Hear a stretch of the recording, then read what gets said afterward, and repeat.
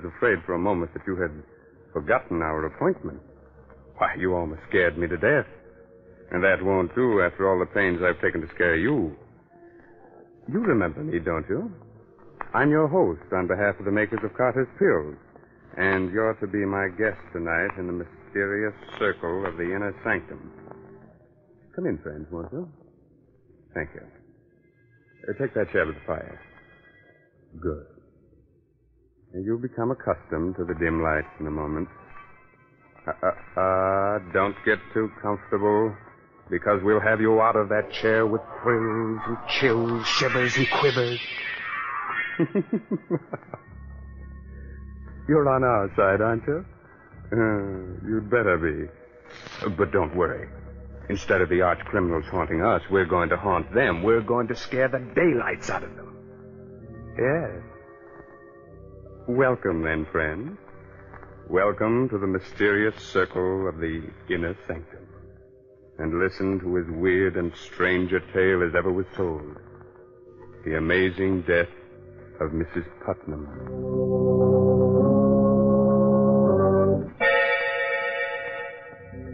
The night is dismal. A light shines uncertainly in the room of a large, gloomy mansion. Suddenly, a sobbing, hysterical woman slams the door shut, rushes to the telephone. Get the police, quick. The police. Quiet, Wolf. Oh, hurry. Please, hurry. Hello? Hello? Police department? This is Mrs. Putnam. You've got to save me from them. They'll kill me. Put that telephone down. Help! They're going to kill me. I'm being murdered. Where are you? Who Oh, they're are you? killing me. Help!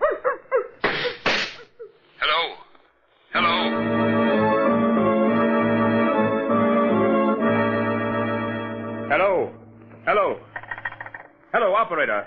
This is Jeff Hansen, police headquarters. Trace the call that just came through to us. Hurry. That's funny, Jeff. You hear what I heard, Porky? I sure did, unless we're both having the same dream. Hold it, Porky. Yes? Yes, operator. Hansen, Jeff Hansen. You have? That's swell. Write this down, Porky. Yes, sure. Yes. The Putnam House, Maple Street. Thank you very much. The Putnam House? Yeah. Say, that's the first time in centuries we've heard that name in the police department. Come on, Porky. Someone in that house is in great danger. We've got to get there, and quickly.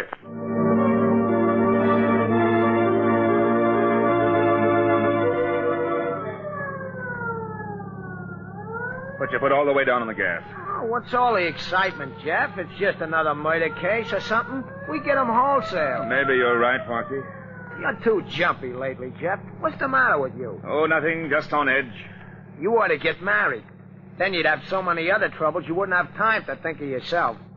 You know, everybody should get married. At least once. Especially you, Porky. Well, I'd get married tomorrow if I knew a girl who'd love me for myself alone. Keep your eyes on the road, Miss Advice to the Lovelorn. All right. I forgive you for the crack. Now, look, Jeff. You and me is a great detective. Only you can solve everything but the mysteries of the heart. So what does nature do? Nature endows me with the wisdom which you ain't got in that department. Ain't nature wonderful? Sending me to straighten out your amours. Now, first of all, you gotta learn to treat love light. This is Maple Street, Porky. Oh, okay. I'll take up the lessons in love where I left off later. Pull up, Miss Lovelorn. Here we are. Let's go. All right, Jeff. It's a pretty old house. Ain't exactly a haunted place, but a ghost could feel at home here. No, Miss Silly, this house is fairly modern. What are you muttering about? I'm counting the stairs. Didn't you teach me to observe everything? 7, 8. Now, remember, keep your eyes open and your mouth shut. You know how reliable I am, Jeff. Yeah, I do. Yes? We're from police headquarters. One moment, please. You can't come in like that. It's all right, Williamson. Yes, Miss Lewis. Come in, please. Thank you, miss.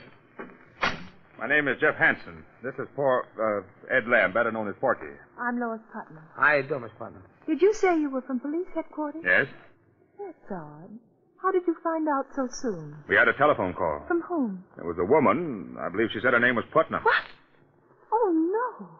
When did you get this call? Only a few minutes ago. The woman screamed that she was being murdered. She cried out for help. Oh, no. What in heaven's name are you talking about? My aunt is dead. Dead? Yes. She died 2 hours ago. Her name was Mrs. Putnam? Yes, Martha Putnam. You say your aunt died 2 hours ago? Yes. But we received a phone call for help only 20 minutes ago. That's impossible. Are you sure the call came from here? It was traced to your number. Besides, I believe the woman said her name was Mrs. Putnam. Isn't that right, Porky? It sounded like it. This is some idiot's idea of humor. The poor woman has been dead more than 2 hours. Lois, you should rest. You haven't closed your eyes. I will, Doctor. These men are from police headquarters. Oh? This is Dr. Holloway. Doctor? Detective Hanson, did you say? Jeff Hanson. This is Ed Lamb. Hi, Doctor. Were the police informed of your aunt's death, Lois? They traced a strange phone call back to this house, Doctor. Somebody screamed for help. From this house? Yes. Then why didn't we hear it? Perhaps we made a mistake. However, we're forced to sort of look around. Please forgive us, Miss Putnam. Do whatever you like. Thank you. Well, perhaps you'd better lie down, Lois. I'll be all right. Sir. Borgie, I want you to make a thorough search of the house and don't let anything go unnoticed. You betcha. Oh, Doctor. Yes. Be back in a moment, Lois. What is it? If you don't mind, Doctor, Do you wish to ask me questions? Please. Quite all right. What caused Mrs. Putnam's death? The causes of her death were quite natural. A blood clot lodged itself in the veins of her heart. You may have heard it called coronary thrombosis. How many members are there in the family? Well, there's Lois and Mrs. Putnam's brother. He's very ill, and his sight is failing. Is there anyone else? Yes, there's Joel Adams, the gardener. He lives in the back of the garden. Mm. He and the butler have been with Mrs. Putnam for years. Would you mind, Doctor, if I looked at Mrs. Putnam? If you wish, just follow me.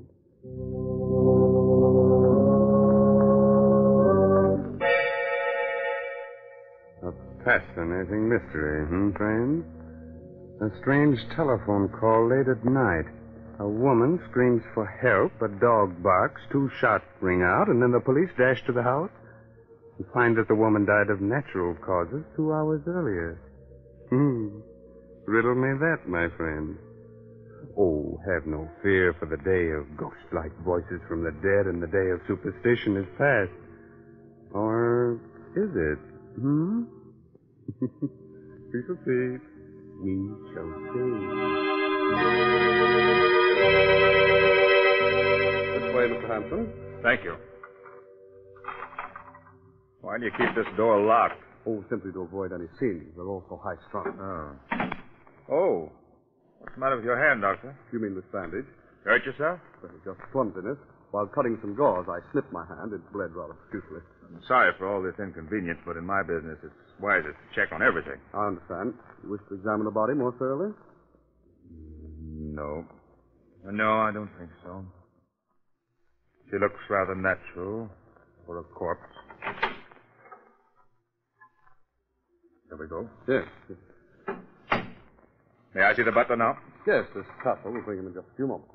After I see him, I'd like to talk to the others, too. Oh, you'll be tactful with Lois, won't you? She's quite broken up. She was attached to the old lady. Of course. Did you ring for me, Dr. Holloway? Yes, Williamson. Detective Hanson wishes to talk to you. Yes, sir. And now, if you'll excuse me, I'll take a look at Lois. Quite all right, Doctor? Excuse me. Your name is Williamson, I gathered. Yes, sir. How long have you been working for Mrs. Putnam? 32 years. A long time, isn't it? Yes, sir. By the way, did you hear any odd noises or screaming this evening? No, sir. You did hear 2 shots, though, didn't you? No, sir. You're not frightened, are you, Williamson? Yes, sir. Yes, sir, I am. This house isn't what it seems on the outside. Oh? No, it's full of hatred. Everyone hated Mrs. Putnam, and she hated all of us. The Lord found vengeance. She didn't deserve to live. There wasn't a kind thought in her head. Who killed her? The devil took her. Who fired those 2 shots? Lightning struck twice. Where is the dog? In Hades with his mistress. Don't think you're fooling me, Williamson, by avoiding my questions. Take me to Mr. Putnam's room. Yes, sir. It's right here. He's very ill, though. Shall I knock? No. No, you may go. Yes, sir.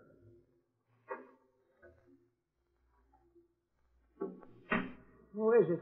I'm sorry to intrude. Are you Mr. Putnam? Who are you? Detective Hanson, police headquarters. Oh, the police, eh? What are you doing in my house? I thought the house belonged to your sister. It belongs to me now. What business is it of yours? Who else would she leave everything to? Mr. Putnam, did anything unusual happen to your sister earlier this evening? I mean, has she been ill? Cat was never ill in her life. Would there be any reason for anyone murdering her? Murder? I don't know. Maybe. She's hurt each and every one of us. She ruined Lois' life by sending her fiancé away many years ago. She made me into the wreck I am with her cruel tongue and her devilish disposition. She was responsible for the death of the gardener's wife long ago. Hasn't done a kind thing in her life. If she's been murdered, then I say good riddance. Is it possible that all of you had given her cause to treat you that way? Don't you dare say that. You stupid, foolish maniac. You didn't know her. How dare you? Get out of my room. Get out of my house. Get out of my... Well, I'm sorry, Mr. Putnam. I didn't mean to upset you. I'll go now. Jeff. Hey, Jeff. Yes, Porky? Hey, I've been looking for you. Yes? Yeah, I've been all over the house. I checked on everything. 15 rooms, 19 windows, 8 beds, 3 fireplaces, and 3 bathrooms. And nothing looked suspicious? No. You think maybe there is some mistake, Jeff? I don't know. A phone call being placed here is absolute. They never make a mistake. But her voice and her death almost 2 hours before we got the call makes it strange. I must confess I'm stumped. Did you talk to everyone? I'd like to talk to the gardener, but right now we'll pretend that everything's all right, that we made a mistake. We'll drive away and then come back later. You mean you really ain't thoroughly convinced? That's right, Porky. I've got a hunch that we're up against a case that's stranger than any we've ever known or heard of.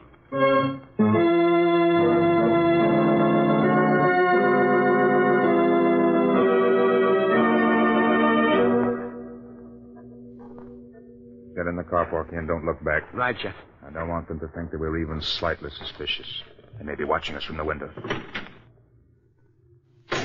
Throw on your lights and get the car started. Yep. Porky.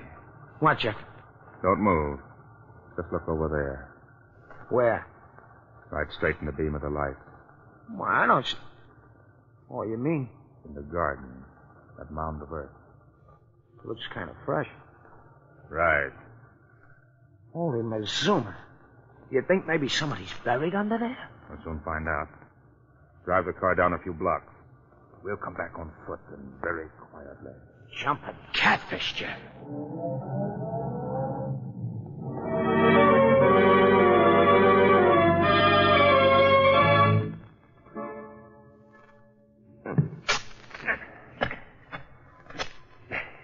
Not so loud, Porky. Don't hit the rock. Just loosen it. How much deeper are we going to dig, Jeff? The earth is still soft. We haven't reached what we're after. What are we after? We'll know soon enough. You think the old lady might be buried here and the body in the house is somebody else? I don't know. Hey, Jeff. Huh? Jeff, I hit something firm with my shovel. Feels like a body. All right. Don't use the shovel anymore. We'll dig with our heads. Porky, you're right. It is a body. Yeah, it feels like it's wrapped up in a rug of some kind. All right. Get a grip on it. We'll pull it up. Okay. Let's go. It's the dog. The dog we heard barking on the phone. Then there were shots, and that woman's voice did come from this house. They killed the dog and the woman, too.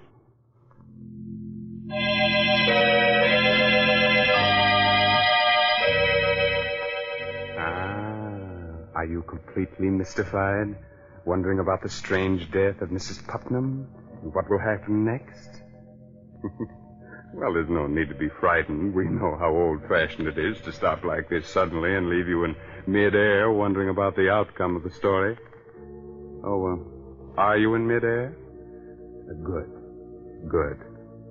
But we assure you everything will come out all right. We won't let you down. And this is as good a time as any to remind you of someone else who won't let you down. The makers of Carter's Little Liver Pills. When you don't feel good, try Carter's Little Liver Pills. They do the work of calomel, but have no calomel in them.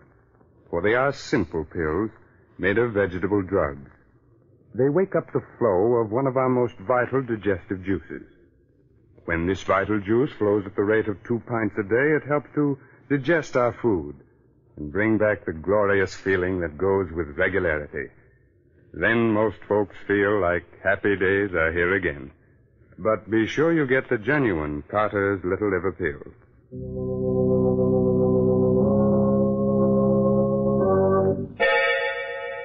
Now let's solve tonight's inner sanctum mystery. Where were we? Oh, yes. Jeff and Porky had just unearthed the body of a dog. The dog we heard barking on the phone. Then there were shots, and that woman's voice did come from this house. They killed the dog and the woman, too. Oh, I just swallowed a lump that had nails on it, Jeff. Porky, down. What's the idea throwing me right into... Someone came to the window. Yeah, but you didn't have to throw me right into the grave. Sorry. Here, I'll help you out. They've left the window. Now, look, you stay here, Porky. I'm going in to talk to the gardener. You watch the house. I'll be right back. Hey, you ain't gonna leave me here with this dead dog, are you? Shh, quiet.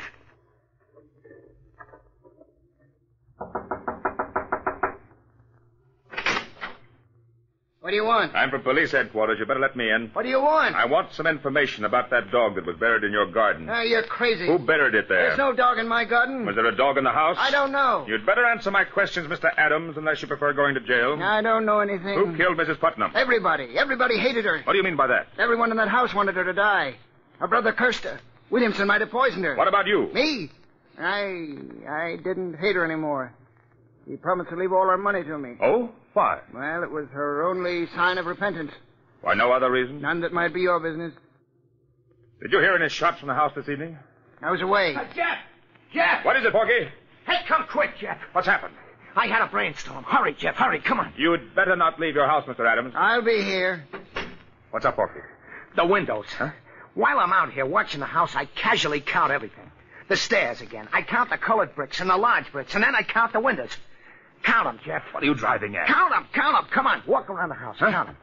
2, 4, 6, 8, 10, 14, 17, 19, 20. 20 windows. What? Great galloping ghost. 20 windows on the outside, and you said you counted... 19 on the inside. That means that there's one window camouflaged on the inside. There must be a room within a room. Come on, Porky. We're going back inside that house. Only this time uninvited and unseen.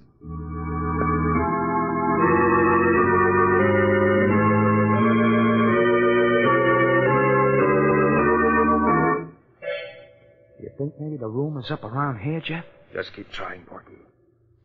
Run your fingers over every inch of wall and furniture. Yeah. I've got something. Heart failure. I get a splinter in my finger. Why did I ever... Shh, quiet, Porky. I think I've got it. No kidding? Sit over here. Have your gun ready? There's a little knob here in back of the bookcase. I think it will swing the bookcase open and lead us into another room. Here goes. Look out, Porky. You've come to kill me, but I'll kill you first. I'll kill you if you come near me. We haven't come to kill anyone. Who are you? I'm Mrs. Putnam. What? Mrs. Jeff, there's the ghost we needed to top off everything. Light a match, Porky. Oh, there's a candle over there, Jeff. All right, light it and bring it over here. Okay. How do we know that you're telling the truth, that you are Mrs. Putnam? Heaven knows I am. But I wish I was someone else. I've gone through so much. If you are Mrs. Putnam, then who is the dead woman downstairs? The dead woman? Yes. She's my cook. She took suddenly ill and died earlier this evening. Your cook? I can prove to you that I'm Mrs. Putnam. How? My signature. I signed a new will tonight. They forced me to will everything to them. Oh, you must believe me. We'll check on that. Was there any shooting in the house this evening? Yes. They shot my dog while the poor creature was trying to protect me. I called the police to help me. I thought they meant to kill me, but instead they brought me up here to face the living dead. We're the police. If you are Mrs. Putnam, then we're here to help you. Thank heaven you don't know how they tortured me to make me write a new will. You say the new will leaves everything to them? Yes. In that event, it will be a simple matter to trap them and for you to prove yourself. Have you got the old will? No, they destroyed it. Well, it doesn't matter. You'll tell me the contents of the old will. They'll give themselves away when they hear it read. And now, Mrs. Putnam, about those who tortured you. Who are they?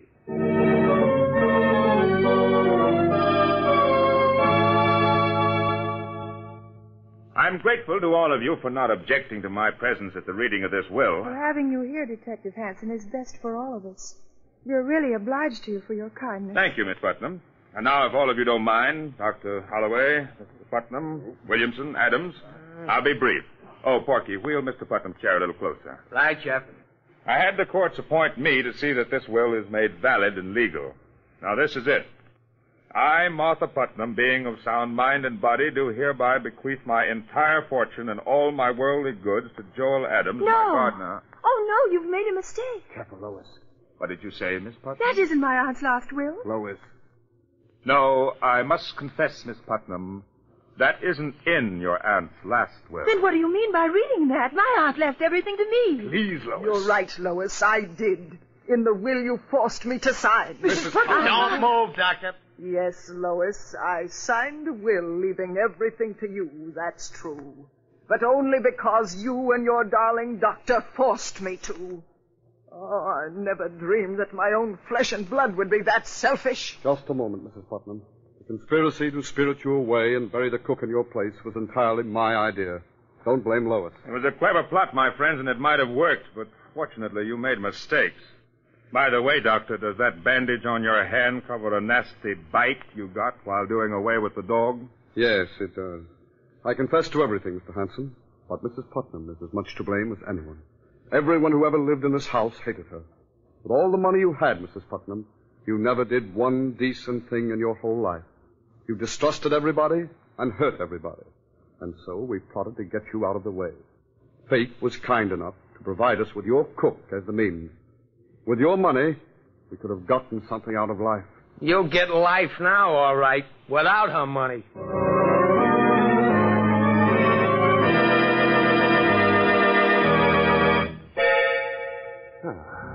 You can relax now, friend. This story is over. But still another plot is being formed for our next session in the inner sanctum. Are we scared? Sure. But what of it?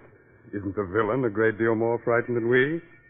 But thanks to clever sleuthing, everything will be solved. And there's one more mystery we may be able to solve for you quite easily.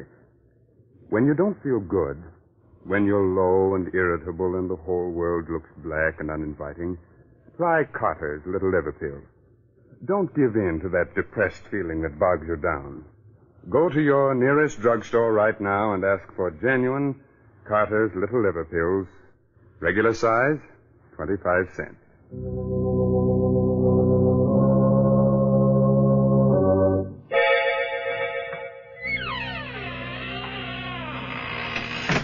There now.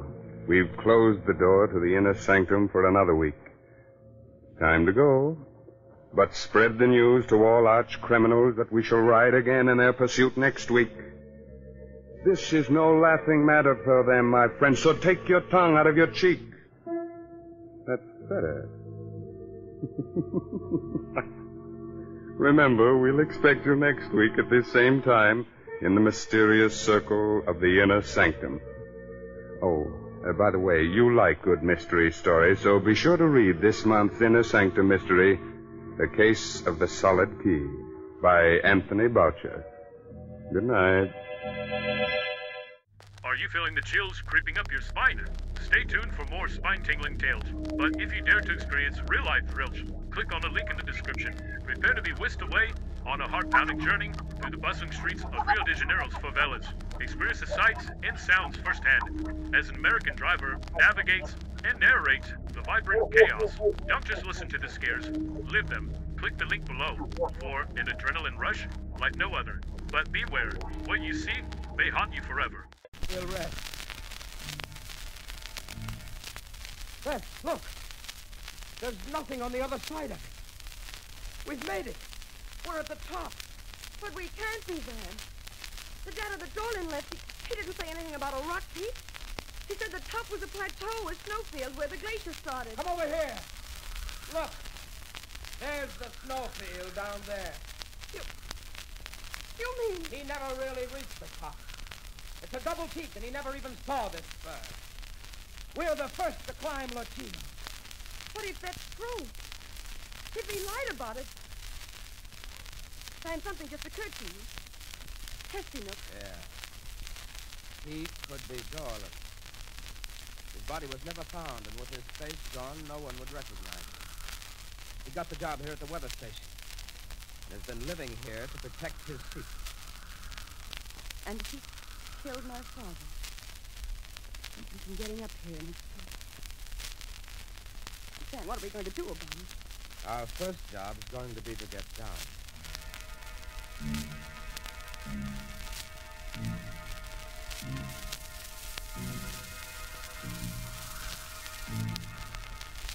The last leg, darling. Here's the west wall. I'll just make this rope fast. Scott. There. Look there. A man. Frozen in the ice. Look at that beard. The skins he's wearing. The stone-tipped spear in his hand. There's the god whom the natives tell legends about. A prehistoric hunter that was frozen in the glacier 100,000 years ago. Van, if we can get him out, get him back to civilization. We will. We'll come up here tomorrow with Ferguson. And I'll start down the rope. Wait for me on that ledge just below there. Yes, Van.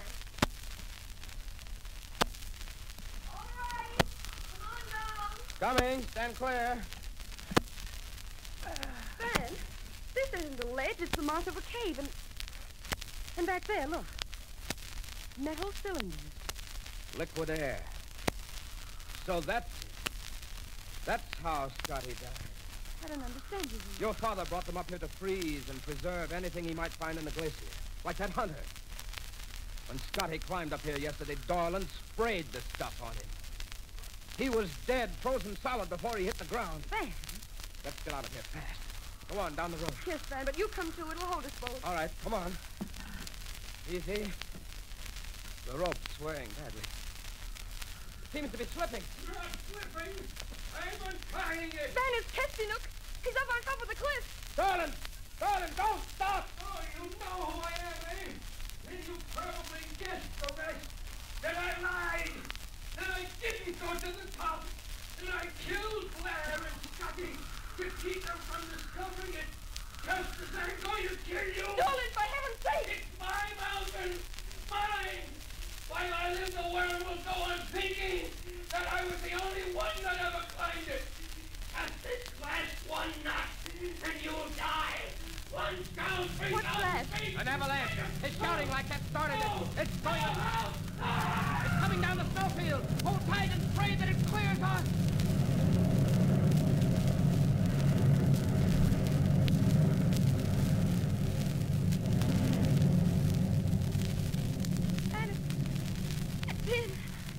The overhang saved us. It went out past us.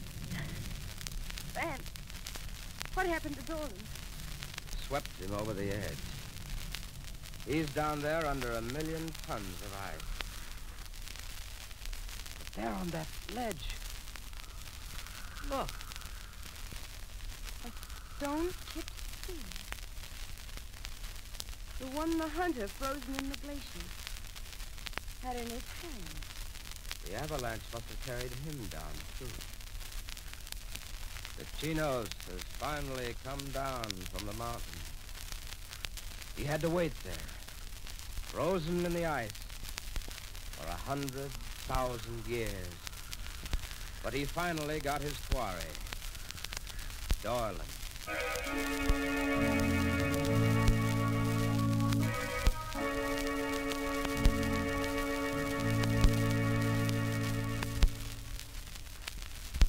That was the tale of the hunter from beyond. The hunter from before time and history. Of course, you've heard other stories where it took a long time to bring a criminal to justice, but have you ever heard one before where someone waited 100,000 years to get their man? Patience may be a virtue in some things, Raymond, but certainly is not.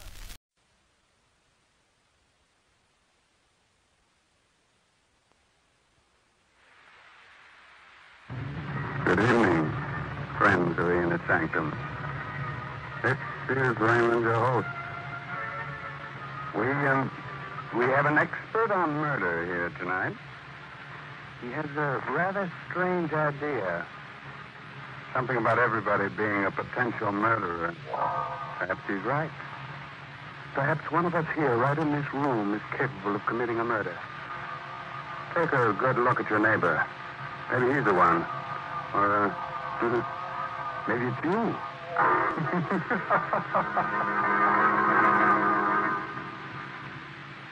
Inner Sex Mystery, by Hyman Brown, brings you one of Broadway's and Hollywood's best-known stars, Boris Karloff, now appearing in the smash Broadway hit Arsenic and Old Lace. Tonight, Mr. Karloff appears as Herbert Lodge in Study for Murder, an original radio drama by Sigmund Miller.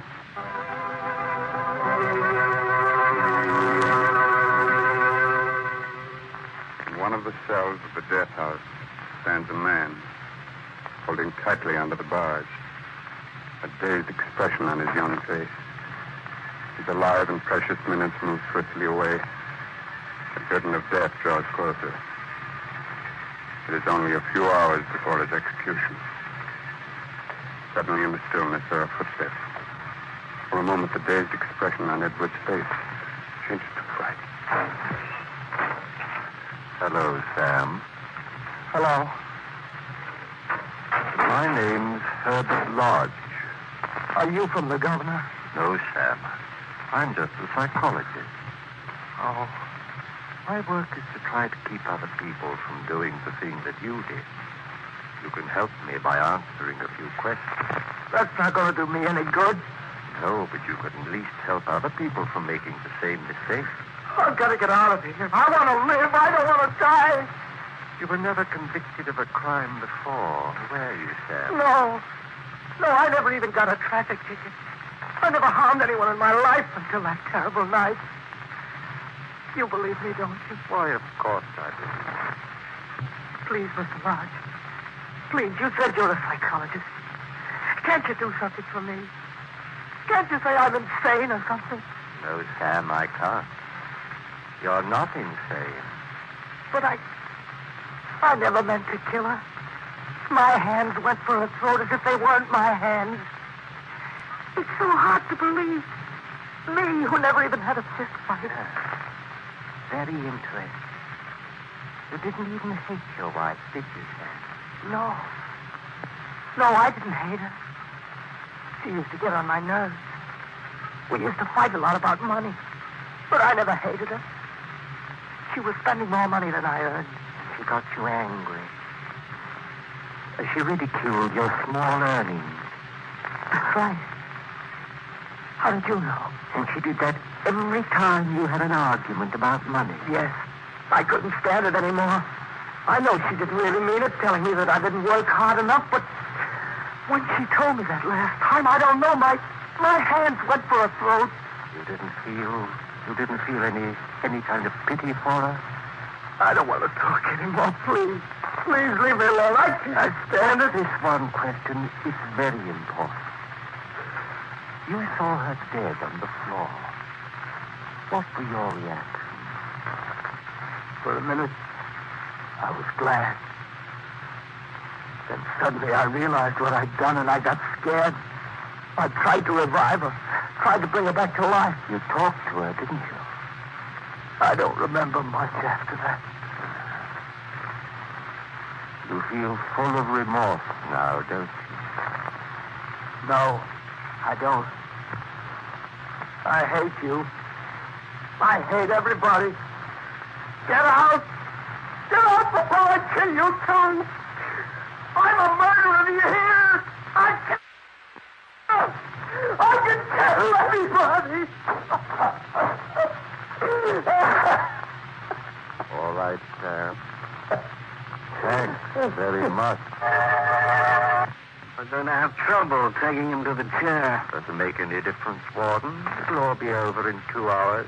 Makes a great difference. We don't want Edward's last few minutes to be agonizing terror. He was quite calm until you spoke to him. Well, no one is ever reconciled to death. These last few minutes are really of no importance. That's rather cold-blooded of you, Mr. Lodge. Perhaps it is. I'd imagine you'd be just as sensible. I prefer to think that all murderers are sick men and should be treated as such. Ah, then perhaps we're not so far off from each other in our thinking. I'm trying to understand the disease of murder.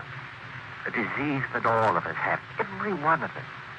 You probably know that more than 2/3 of all murders are committed by what we call the average citizen.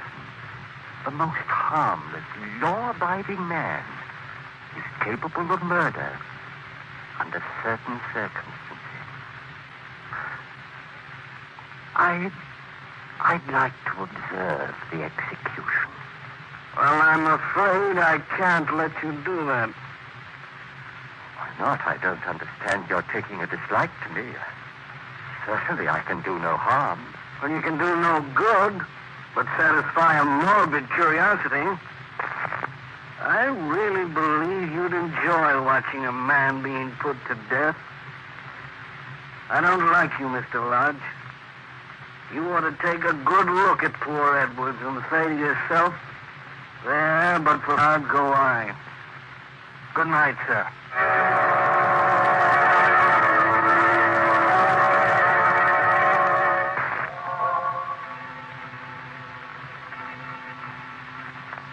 Well, Margaret, Edwards has just paid with his life.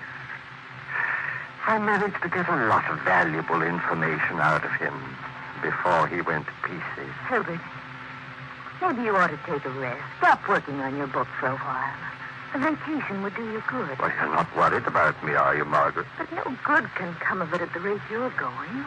Why, the only thing on your mind is murder. Oh, you don't understand. I've got to know more about the desire to kill. All of us are capable of murder, and knowing that even I can commit murder fills me with a horrible fascination. You don't know what you're saying, Herbert. I've got to explore the whole field of crime, track down every detail that leads to murder. Everyone I meet is a subject for study, and I myself am my own best subject. I've never felt so keen about anything in my life. I can't stop now. You're playing with fire, Herbert. Well, yes, perhaps I am. But you can't write about fire unless you've been burned. Oh, please give it up. I don't like the underworld people you've been associating with. You mean Whitey? Yes. I can't stand him. Well, I'm sorry, but I'm going to see him again tonight. It's taken me a long time, but I've finally succeeded in forming a tribe of my own. A tribe? What are you talking about? It's the underworld term for gang. Why, you're out of your mind. You've become a gangster. Only temporarily. But as the big brains of the mob, I'm going to see crime and murder from the first row. We're going to muscle in on some racketeers' territory. I absolutely forbid you to do it. Oh, please, Herbert. I've made up my mind. Don't waste your time trying to stop me, Margaret. I don't want to be unpleasant with you.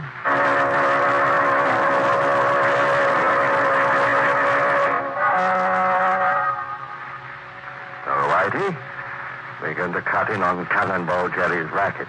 He's had it too long already. It's about time it was taken away from him. Cannonball's plenty tough. As soon as he gets wise, he's going to go gandering for us. I wouldn't like to be in front of his choppers when he's mad. You don't have to worry about him. No? Well, you ain't seen what he saw. I never will. We'll get him before he knows what's happened. You mean you're going to blast him? That's right.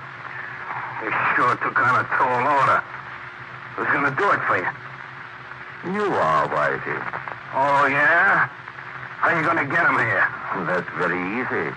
He's coming here. Coming here? I've tipped him off that a new mob is going to cut in on him. I let him find out my name and the address of this room. He ought to be here in a minute. You and Johnny are to meet him outside. He'll be coming up with the lieutenant right into a trap. But I want Cannonball Jerry brought to me alive. I don't care what happens to the trigger man. It ain't going to be an easy job. Well, you're not afraid, are you, Whitey? I ain't afraid of nobody. But I've been strictly a stick-up artist. Ain't never had a bump off a guy before. We'll take a couple of the boys with you. You won't have too much trouble. And hurry up.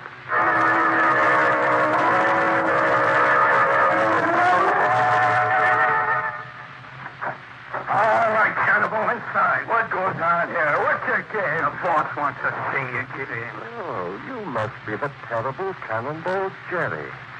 Nice of you to come visiting me. Who are you? I ain't never seen you before. I'm the man you were going to take care of. Except that the tables are turned. Where's the trigger man, Whitey? I had to slug him. Tommy's outside doing spot duty. In case any Jerry's pals show up. Excellent. Jerry, you've killed a lot of people in your life, haven't you? I ain't got no beef with you. You haven't? But didn't you come here to kill me? No, I wasn't coming to see you. I never seen you before. You're not going to bump me. I'm sorry to disappoint you, Jerry. You're not going to leave here alive. I wasn't going to kill you. I was only going to scare you. You got to believe me, please. Let me go. I'll never bother you. Well. Running through the sight. Breaking down completely. Let me go. I leave the city. I'll never come back, I swear. All right, you'll leave the city and you'll never come back. Never. Shall I let him have it now, boss? Ain't no sense in wasting time. In a second. We'll give Cannonball a chance to compose himself. You ain't going to get away with it. You'll be following me. You ain't going to get away with it. Here you are, Whitey. Use this silencer. Go ahead. No, don't shoot. I didn't. Okay, boss. Me better get Herbert. Is this the first man you've killed? Yeah, it's me first. How do you feel? Leave me alone. You've just ended a man's life, Whitey. Cut it out. Doesn't it make you feel powerful to be able to lop off 30 years of someone's life in a second? Leave me alone, I tell you. All right. A bit upset. But tomorrow we move in on Jerry's business. Come on. We'll go home. I hope you sleep well. As well as I will.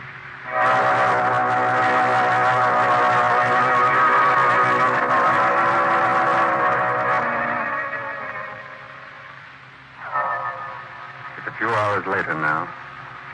In the small hours of the morning. Lodge asleep.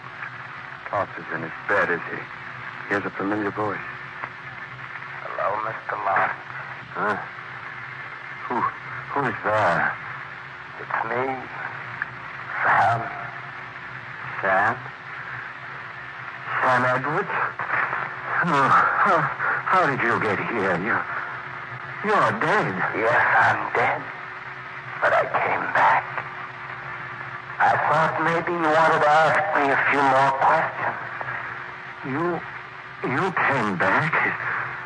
Oh, it can't be. I must be dreaming. I came back to tell you I was sorry about going to pieces. I was scared then. But I'm not scared anymore. Dead people aren't afraid. I'm nothing to ask you. Anymore? You told me everything. No, I didn't answer your last question. You asked me if I was full of remorse. You don't have to answer that. I knew. Remorse ate into me like acid. It was unbearable. I couldn't stand it. It drove me crazy. It made me hate myself. I just can't describe how it felt. I guess that about covers everything. It doesn't, Mr. Lodge.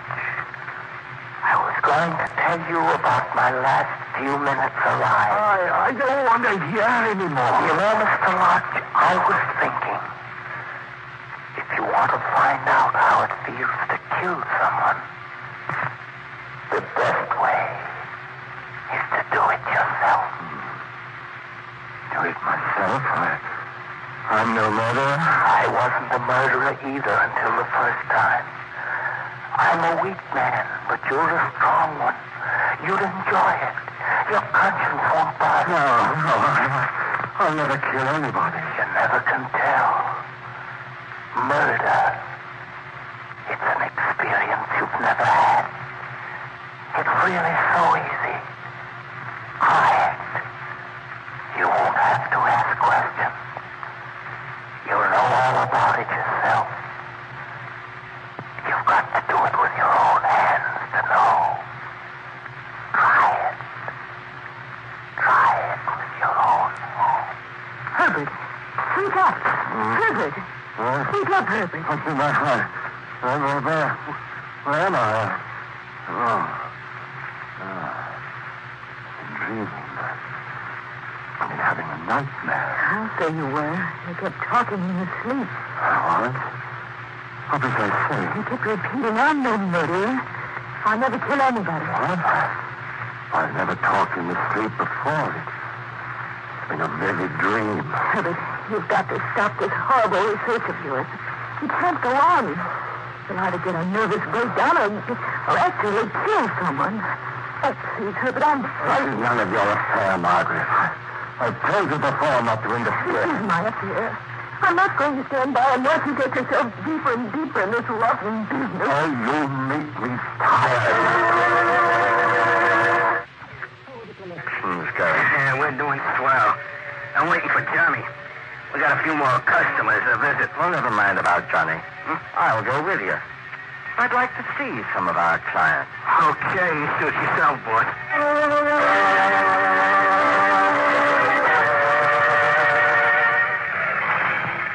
This is Petro's place. Kind of expecting trouble from him. Huh? What's the matter with him? Oh, he's been beefing about losing business. Says he can't keep up with the payments for protection. And he won't beef after today. Come on. We'll go in. Yes. Hello, Petro. How's business? It's you guys again, eh? Well, what's the matter, Petro? Aren't you glad to see us? No, I'm not glad to see you, you crook. Be careful, Petro, careful. You'll find yourself staring up at the ceiling. Now hand over that money.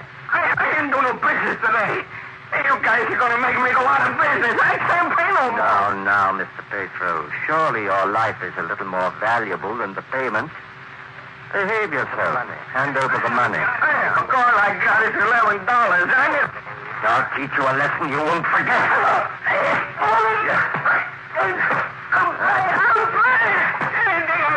We want the full amount. I haven't got it all. You can look for yourself. All right. We'll be back tomorrow. Come on, Whitey. Hey, what's the matter with you, boy? You almost croaked him. Yeah, we'd have had the cops down on us, sure. Yes, I could have killed him easily. I wanted to kill him. Wanted to beat his skull in. I shouldn't have done. He'd have paid it if he'd had it. I don't think Petro's going to give us any more trouble. And if he does, I'll be only too glad to see him again.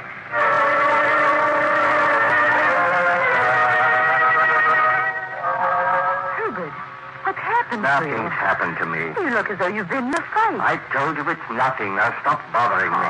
Herbert, you're in trouble, I know. Please tell me. Maybe I can help. There's nothing that you can do. I told you before. I don't want you to bother me. I don't know what's come over you. It's just impossible to talk to you lately. You act as if you hate Well, I me. don't like you standing around staring at Ever me. since you got involved with those gangsters, you've begun to act like one. I warn you, Margaret, don't make things any worse than they are. You've become a criminal. You think like one and act like one. Keep quiet. I won't keep quiet. You've made life unbearable for me. You treat me as if I were just in your way. I don't recognize you anymore. You've become a hoodlum, a vicious, ruthless hoodlum. Perhaps, have I? Well, then I'm going to act. Oh! Now, get out. Get out before I lose my temper completely. Get out. You're no better than the worst of your gang. You don't know what you're doing anymore. You Show you. Get away from Once me. and for all, I'll... Get away from me. I won't hear that silly, nagging voice of yours anymore. I'll never hear it again. Now you keep quiet.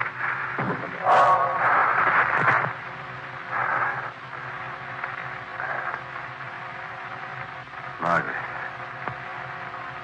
Margaret. Oh, she's just unconscious, that's all. Unconscious. Get up, Margaret. I didn't mean it. You know I didn't mean it. I just lost the temper for a minute. Say you forgive me. Please. Talk to me. I told you I was sorry. I tried to revive her, too. Bring her back to life. Sam. Once I started, I couldn't stop myself. I had to do it. Yeah, I couldn't help myself. My hands went for her throat, as if they weren't my hands. Yes, that's it. I didn't hate her. She got on my nerves. Yes, I didn't hate her, I didn't. But I killed her. I killed her. I killed her.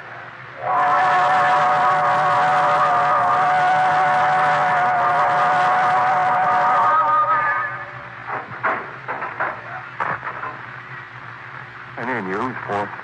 Is there anything I can do for you, Lodge? Have you heard anything from the carpenter?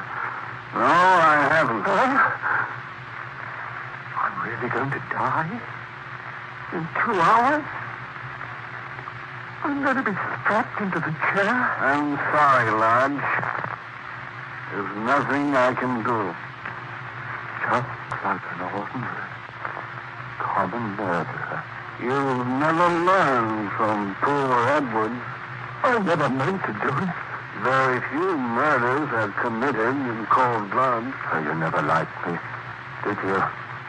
You're glad I'm going to the chair. I'm never glad to see anyone go past that door. You are. You don't want me to be saved. You want me to die. I didn't expect a man like you to go to pieces. I don't want to die. I've got to get out of here. I've got... Too late, Lodge. You learned a little too much about murder. Mr. Lodge, you sure did learn too much about murder. You should have learned to count to 10 when angry. Well, anyway, I'm sure Lodge will never do it again. That next book he's going to write will be called What Happens After Your First Murder or My First 1,000 Years in the Grave. As soon as it's published, Mr. Lodge will go on a lecture tour. I hope you'll get a chance to hear him. He's really fascinating. In a repulsive sort of way. Perhaps we'll get him to speak under your sanctum. I'm sure we'll still be on the air at that time. For the present, the time has come to close the squeaking door until next week.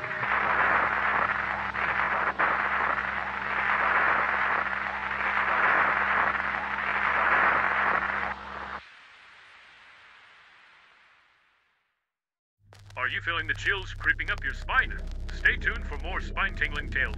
But if you dare to experience real-life thrills, click on the link in the description. Prepare to be whisked away on a heart-pounding journey through the bustling streets of Rio de Janeiro's favelas.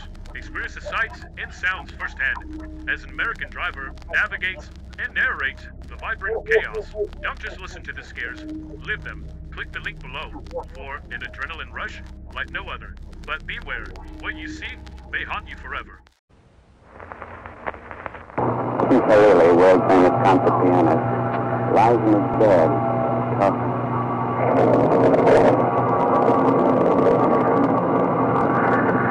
I can feel him. There again. The voice. Am I asleep or awake? Why can't I move my arms? I want to move them, but I can't. Why? Who are you? Why don't you leave me alone? Why do you talk to me? Making me weak and helpless. Let me go, I tell you. Let me go. I must get up. I must.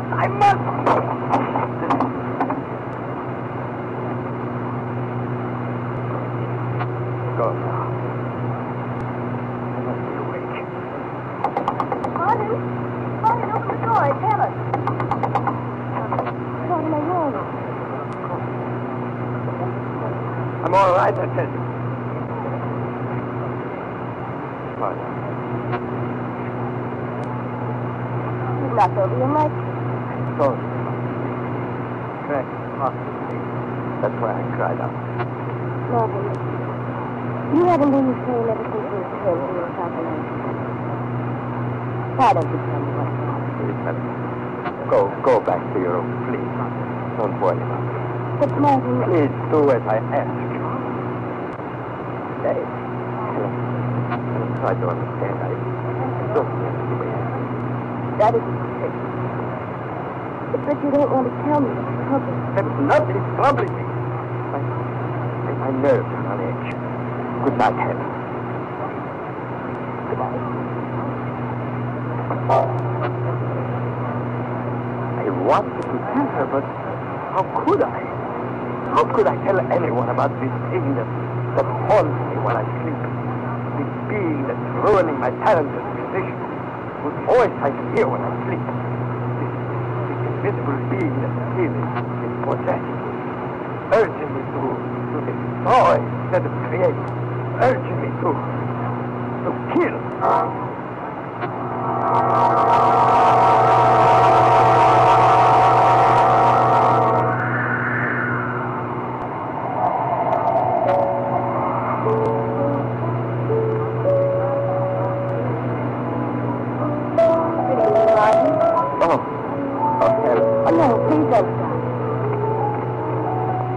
You're playing for who? You're playing with me? No. You know too. What do you mean? You heard how badly I played. You knew I was losing my ability. What? I never said that. Of course you didn't. No one has said it. I can tell what they think by the way they look. It's true. It's... No. I've never done it. Not even for a moment. Why did you say I'm playing as I used to? Martin, you haven't understood. I didn't mean anything by that remark except that you appear better. My music sounds better. I never lied. Yes.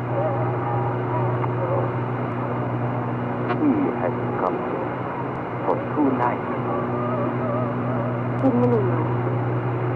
Nothing. Here's myself. Why don't you go on? I will.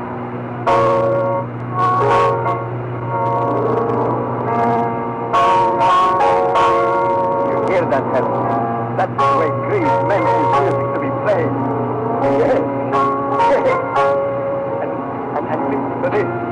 It speaks of the strange terror and mystery of life. There is trouble with that passage door.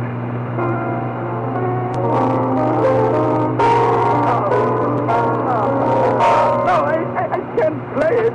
But you played that passage 1,000. I know, but now I can't. I can't. Oh. Well, only suddenly I can't play it. You haven't been practicing. Darling, you've hardly touched the piano. That's not why I couldn't play it. He must. It's the second time you've been in this book. Helen, there's something I must tell you. I must tell someone before I go mad.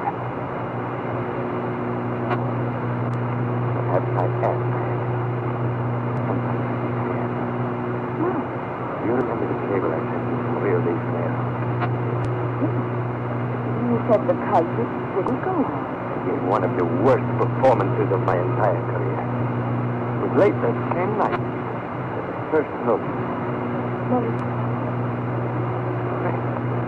The presence of another being. Close. Another being? Yes, an invisible being. It was he who made me play the bass. Yes, everything. I know it sounds strange, fantastic. It's real, Helen. This thing seeks to dominate me, possess me. Came first in my sleep. Lately, I've begun to feel its presence, even in my waking hours. It controls my actions like a hypnotist controls his subject. Go on. It doesn't speak to me directly, merely repeats my words. Makes its will felt, and I fight to resist, and I can't. It controls me yet. I'm afraid it will, and I'll... What? Right. It's near us now. Here? Yes. Can't you feel its breath? Look there. Look. It's a curtain too. He's in here, Helen. In here. Not in the window. No. Invisible being. He came in through the window. Look. That thing is dark. That's nothing but the wind. No, it's him, Helen. What am I saying? What's the matter? No. Hey, protection. Mark.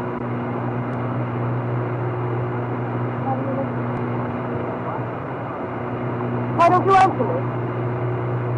Why are you holding out your hands as though... No, Martin, don't touch me. For heaven's sake, don't. You're not yourself, Martin. Martin, wake up. Wake up! Martin, listen to you. This is the deep breath music is going wrong. You must come out. Get your hands away from my shoulder. Martin!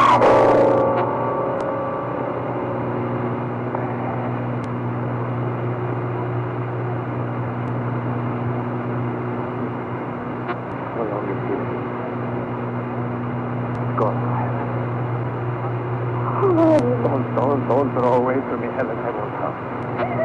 Helen, come back. Come back, Helen.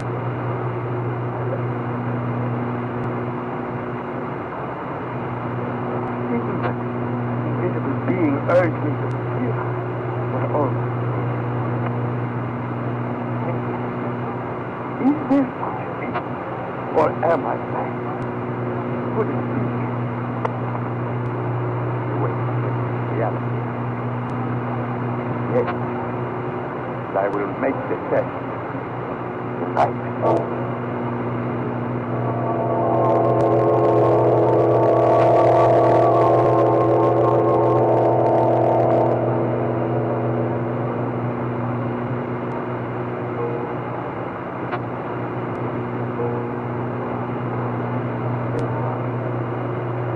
The door is locked. I left the window open. Wind howls tonight. There is a glass of milk on the table. We shall see. I dread going to sleep. I must. Heaven knows what the name usually comes to me when I sleep. Very hard. I must close my eyes.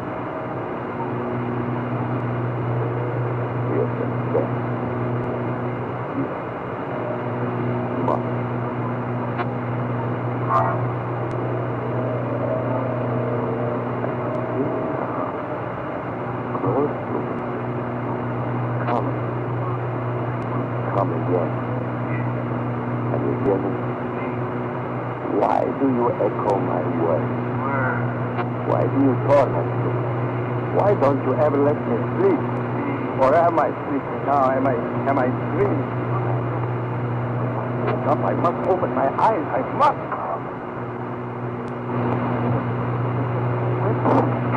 Not a single drop on the table or on the floor. The glass was empty when it fell.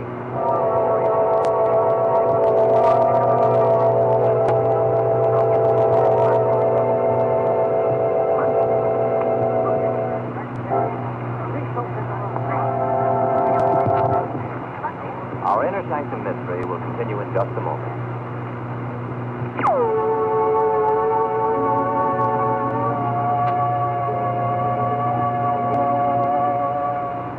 Well, friends, let's return to tonight's inner sanctum mystery.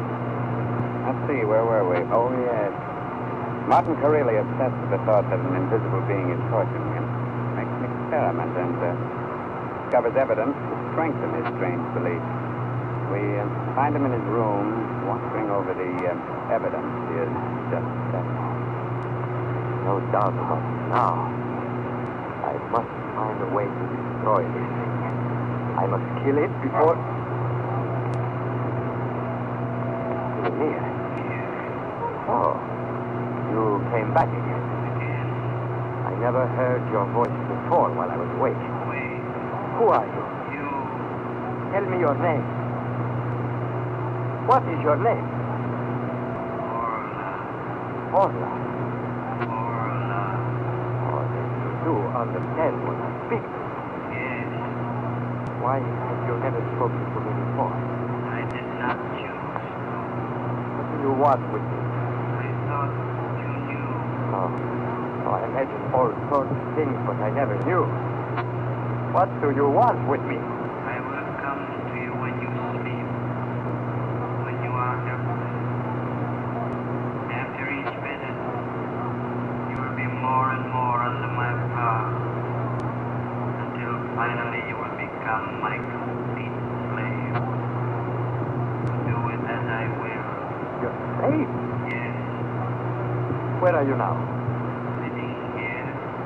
In the chair near your bed. Waiting for you to go to sleep again. I will not go. You must sometimes.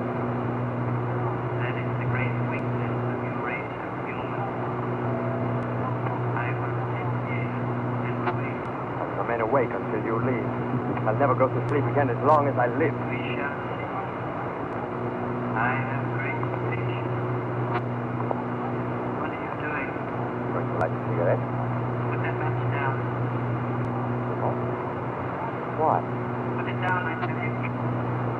No. I lit it. Put it down. Oh. Oh, you can feel fear. You are afraid of the flame. Stand back. Don't come near me. I have found your weakness now. You fear flame, fire. Now we shall see who is strong. Don't come near me. Cut. I put a match to them and they go up in flames. There, see the fire. You cannot escape through the window now, and the door is locked. I have you trapped. You hear? Trapped. You cannot destroy me. Then why are you afraid? Why? Let me out of here. No. See, I like this view. Now I have a sword, a weapon against you who have so much power. But fear the flame. Don't touch those sheets. You somewhere in this room. You whom I cannot see. You who attack men in their sleep. Command them to do your horrible business. You are the living spirit of evil. You seek to have men destroy each other so that you can conquer the earth. Let me out of here. Let me out of here. Oh, how many men have pleaded for mercy from you? Do you think I will show you this slightest mercy now? You shall be destroyed here. No, you will not escape through this door. I will back out holding my blazing newspaper before you. You're right. Reach my old clothes, soak them in kerosene, drop them in front of the door, put a match to them.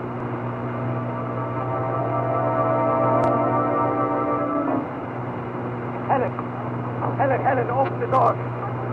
Open the door of the house. On fire. What? Hurry, will you? The house is filling with smoke and flames are spreading rapidly.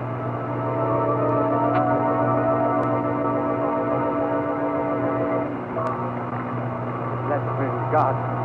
Take here. What? Yes. Are the servants out? They're on the other side of the house. They're all asleep.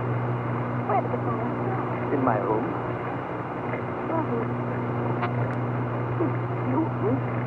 I had to have.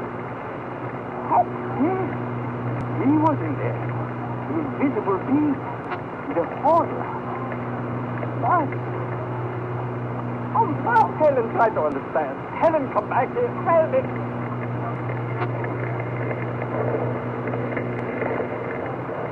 Whipped by the wind. The flame danced madly about the house. By this time, the blazing furnace. Tongues of fire, red, yellow, orange, blue, flames leaping high in the air, light the dark night like huge, magnificent torch. That started the roof to crumble in between the walls.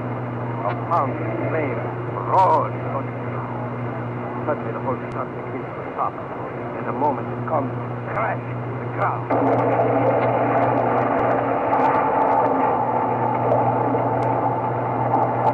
Funeral fire, a monstrous, magnificent funeral fire, and in it, he who hated and feared this flame is burning. He, my prisoner, the invisible being, the Horla.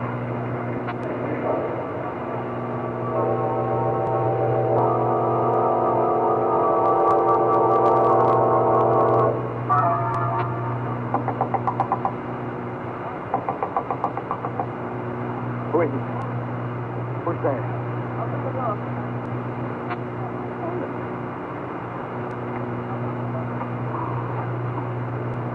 I see you come. Martin, why did you do this? Oh. The police have searched. You don't know what they will do.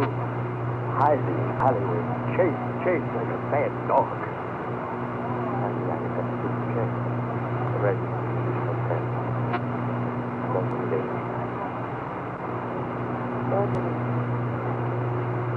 I want you to begin.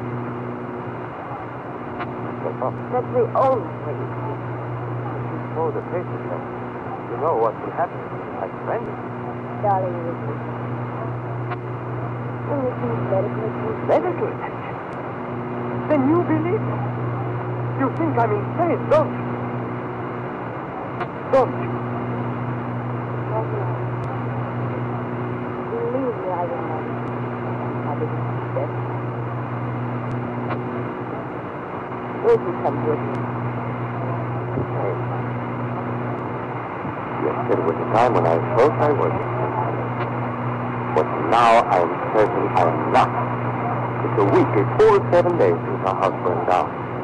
And I haven't felt the Horla nearly once. I tell you, he was real, Helen. This invisible being was as real as you or I. Perhaps. But if that's the case, then you have nothing to fear. The doctors will examine you and find you normal. Oh, Martin, don't you see? You have everything to gain by surrendering. Sure. What difference does it make? The only thing that really matters is that the Horla is dead. Yes. Do you feel... What is it now? Never mind. I'll do as you ask. I'll give myself up.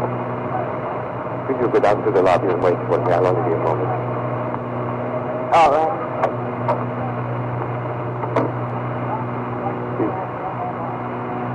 Is it you?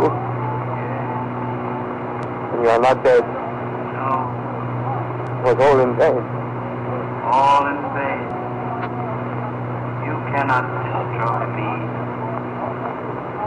Why do you hesitate? Why don't you go down and join us? Give yourself up. That's what you want me to do, is it? That's the only thing you can do. No. What is it? There is one other alternative. I made up my mind about what I do if you live through that fire. You are going to destroy yourself. Yes. I will not be what you are trying to make me. I will not be your slave. I'd rather die. Martin, put that gun away. Don't try to stop me. Martin! Martin! Oh, Martin, I had to.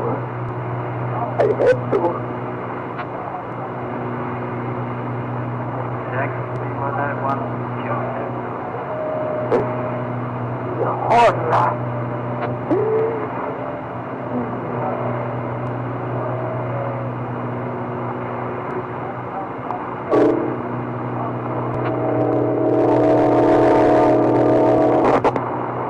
Are you feeling the chills creeping up your spine? Stay tuned for more spine-tingling tales. But if you dare to experience real-life thrills, click on the link in the description. Prepare to be whisked away on a heart-pounding journey through the bustling streets of Rio de Janeiro's favelas. Experience the sights and sounds firsthand as an American driver navigates and narrates the vibrant chaos. Don't just listen to the scares, live them. Click the link below for an adrenaline rush like no other. But beware, what you see may haunt you forever.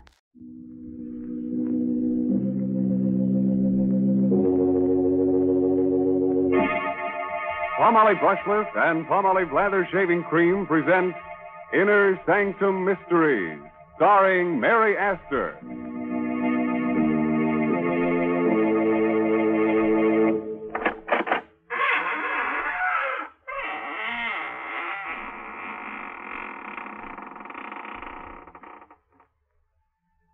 Welcome, friends of the Inner Sanctum. This is your host, Raymond, inviting you to come in through the squeaking door and catch your breath. Now, don't be embarrassed. Many of my guests here are out of breath. But they won't tell on you. I assure you they won't breathe a word of it. You see, they were warm, too, when they came in, but they've cooled off now. You see, I've kept them on ice. Now, if some of them seem a bit unfriendly to you, don't mind. They can't help being stiff.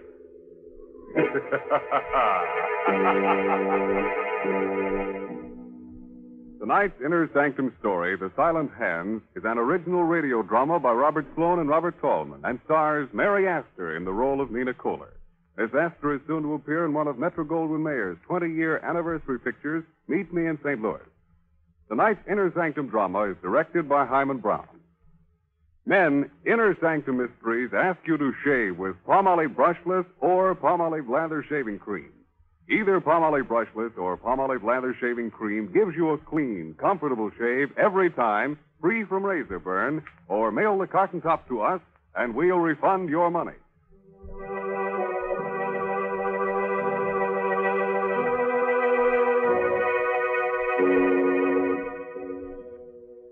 When a murderer sneaks up behind you and you haven't a rear view mirror handy, the best thing to do is listen carefully and try to hear the sound of the silent hands. High up on the bluff, overlooking a West Coast harbor, police cars feel their way through the fog on their night patrol.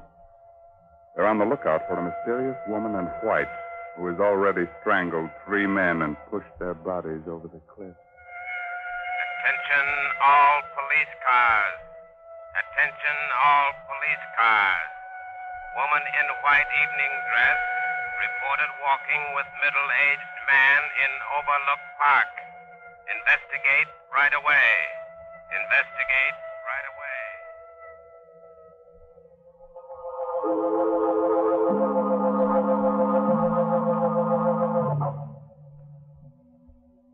Michael. Yes, Nina.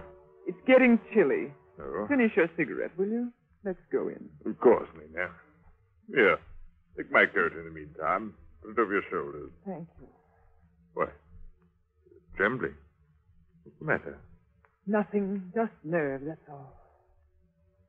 Michael, What, dear? my bag, it's gone. Well, you're sure you had it with you? Oh, yes, positive. Oh, well, it must be around here somewhere.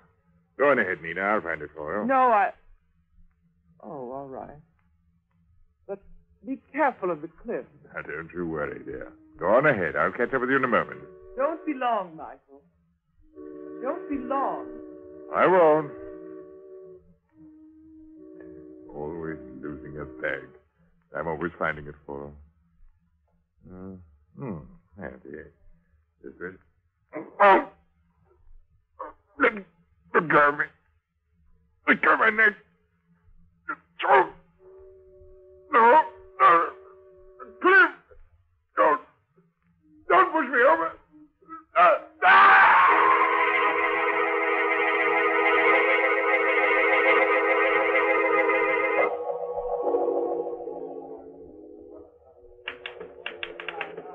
Don't you ever go home, Barnes?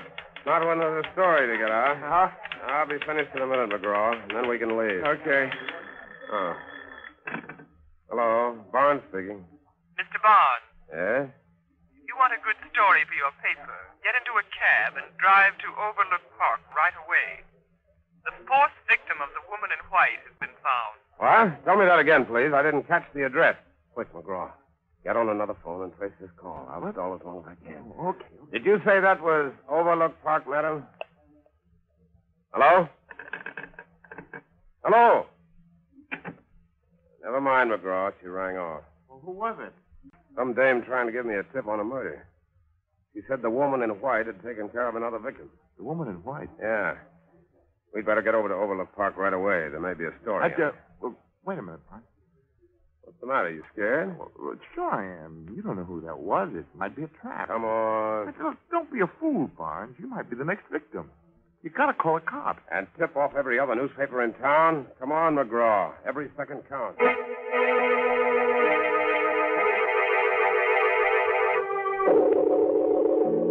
Holy mackerel. That dame was right. Look down there on the rock. What is it? A man's body. A man without a coat.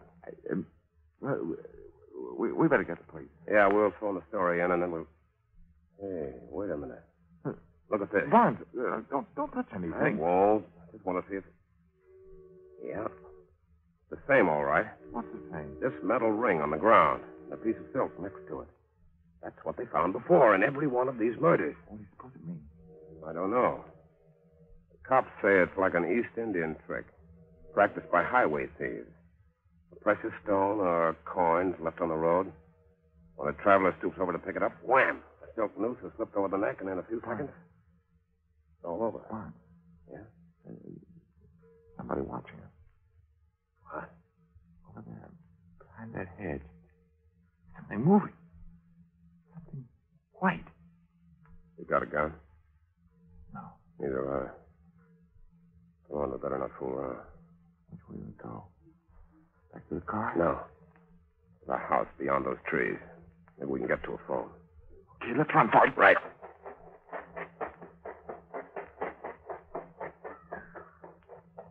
What the devil's that? Sounds like some kind of a tropical bird. You mean here in the park? This isn't the park, gentlemen. That tropical bird you hear is in the aviary next to the house. It's part of my private collection. You live in that house? Yes, with my sister. These are our grounds, gentlemen, and you're trespassing. Well, lady... We're looking for a telephone, madam. We're from the Chronicle. I don't care where you're from. You'll have to leave immediately. But someone's been killed. You'll have to leave immediately. My sister is ill. She can't have any excitement. Nina! Go back into the house, Carolyn. Nina! I've been looking for you. Where have you been? You know very well I've been out here feeding the birds. Why do you ask? Because I didn't see you. I thought perhaps you went back to the place where... Carolyn! You catch cold out here. You'd better go back in the house. But who are these men, Nina? Reporters, dear. We'd like to use your telephone, miss, if there's one in the house. Why, of course. Come along. I'll take you to it. Thank you. If you men are reporters, I suppose you want to phone your paper about... About what? Nina, you're hurting. I'm sorry, dear. If I held your arm too tightly, I didn't want you to stumble. You're lying. You don't want me to talk. That's not true, Carolyn. You can say anything you please. Go ahead. Say anything you please. Oh, Nina. Please forgive me. I didn't mean what I said before. I'm just upset because you've left me alone so much tonight. But I haven't left you alone, dear. I've been in the house with you all evening. Don't you remember? Oh, yes, of course. You've been with me all evening. In the house. Carolyn. I think you're strong enough now to take these gentlemen inside and show them to the phone. I'm going to stay out here for a while and speak to the birds. Yes, Nina. This way, please. Now go along, McGraw. I'll be with you in a minute. Okay, I'll put the call through. Are you staying behind just to watch me? In a way, yes. You're a fool. Well, maybe I am. But these birds you've collected fascinate me. Especially the gaily colored ones which were brought over from the Orient. Oh, are you a fancier? In a manner of speaking. At least I know that the creature with the yellow bill and the green eyes is a very rare species. I had to write a story about it once. Indeed. Yes. It's found only in certain parts of India. What if it is? You've been to India, haven't you? Never. You're lying. I'm not accustomed to being spoken to like this. But you are accustomed to lying. Only that alibi about not being out of the house tonight won't stand up. Won't it? No. That dress you're wearing is torn. And the piece that's missing from it is in my pocket. I found it out there on the cliff near a metal ring and a bit of silk. Now you're lying. I have the evidence right here in my hand. Give it to me. Not so fast. Let go of my hand. Let go. Open it. Open it. I'll dig my nails into you. Wait a minute. Wait. I'll open it. There. I knew you were lying. There's nothing in it. No, of course not. But I found out what I wanted to know. For a woman, your hands are abnormally strong.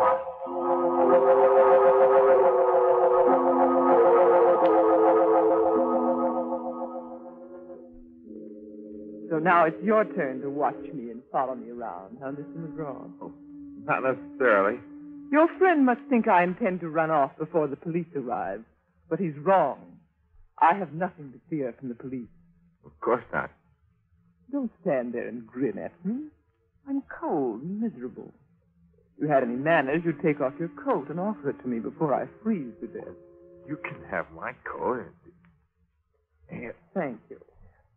Wait a minute. Where are you going? Back to the house. There's a police car there now. Well, good. I'll go back with you. Just a moment. What's the matter? My watch. I've lost my watch somewhere along the path. Who are you kidding? I just saw you throw it over in the grass. Here it is. Right over here. What's the deal? Where'd she go to? Oh! Myself! No! Not on! Just pushing me up! Quick!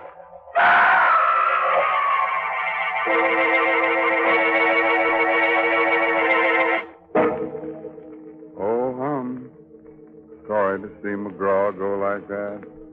He was such a nice boy. But, you know, it's his own fault in a way. He never should have tried that jump without a parachute. He may hurt himself someday, like the fellow who, when shaving, gives himself a good case of razor burn. Men, when you torture your face with razor burn, don't just blame your razor blade. Instead, try Palmolive Brushless. That smooth, easy to spread, won't clog your razor shave cream. You see, Palmolive Brushless literally lubricates your skin, so your razor just glides along without tugging, scratching, or scraping. Yes, mister, even the toughest beards lie down and wilt when you use Palmolive Brushless. And your face is cool, comfortable, not drawn or dry. So why don't you quit bothering with a shaving brush and try Palmolive Brushless? You buy Palmolive Brushless in the big money-saving Victory jar, and we'll guarantee you a clean, comfortable shave every time. And we know you'll sing goodbye forever to painful razor burn.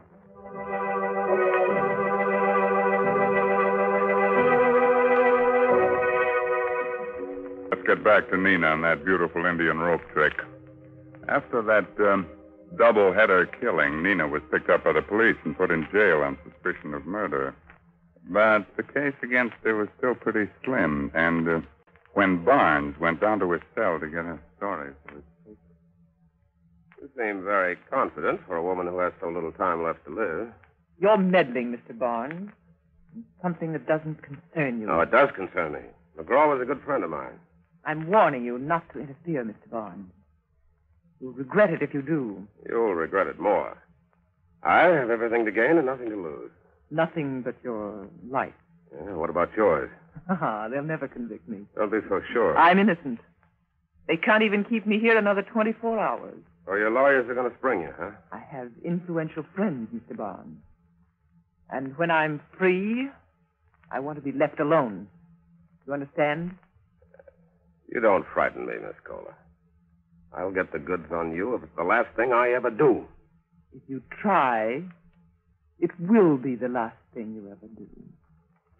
Miss Kohler, your sister's here. Oh, thank you. Nina, you're free. You're free, darling. Yes, I know. George told me he was getting out a writ. You see, Mr. Barnes, I have influential people. Well, they won't always be able to help you. No?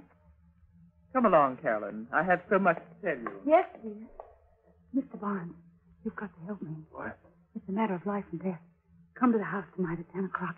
I'll be feeding the birds in the aviary. Right. Carolyn, what are you doing? I'm coming, Nina. I'm coming.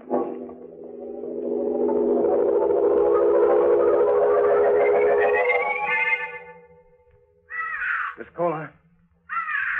Miss Kohler. Oh, Mr. Barnes, thank heaven you're here. I was afraid you wouldn't come. You said it was a matter of life and death. It is. It is. My sister's been lying to the police, and she's made me lie for her, too. What do you mean? Well, that night you were here, that night Michael was killed, she told you she was in the house with me all evening, but she wasn't. She was out with him, walking through the park. Why didn't you tell the police? I couldn't. I was afraid of what she might do to me. You don't know her, Mr. Barnes. She'd kill me if she thought I was telling you this. But I've got to tell somebody. I've just got to. Wait a minute, kid. Get hold of yourself. There. The night this fellow Michael was killed, your sister made you say that she was home with you all evening. Yes, that's right. Did she tell you why she wanted you to lie for her? Yes. I don't believe her. She said she had nothing to do with Michael's death, but there was no way of proving her innocence. She was afraid that police might convict her on circumstantial evidence if I didn't give her an alibi. I see. One more question, Miss Kohler. You've been to India, haven't you? Yes, we lived there a number of years. I thought so. When I saw that bird with the yellow bill and the green... Well, by the way, where is that bird? I don't see it. It's gone. The cage is empty. Your sister must have taken it away. I had to, Mr. Barnes. He was dead. Oh, Nina. Why are you so frightened, Carolyn? Have you been talking out of school? Oh, no. What have you told him? Nothing. I haven't said a word. You're lying. Go into the house, Carolyn. Just a moment. Are you meddling again, Mr. Barnes? I'm more than meddling. I'm going to protect the state's key witness in its case against you. So you have told him? Yes, I told him everything. I don't care what you do to me. I don't care. Be quiet.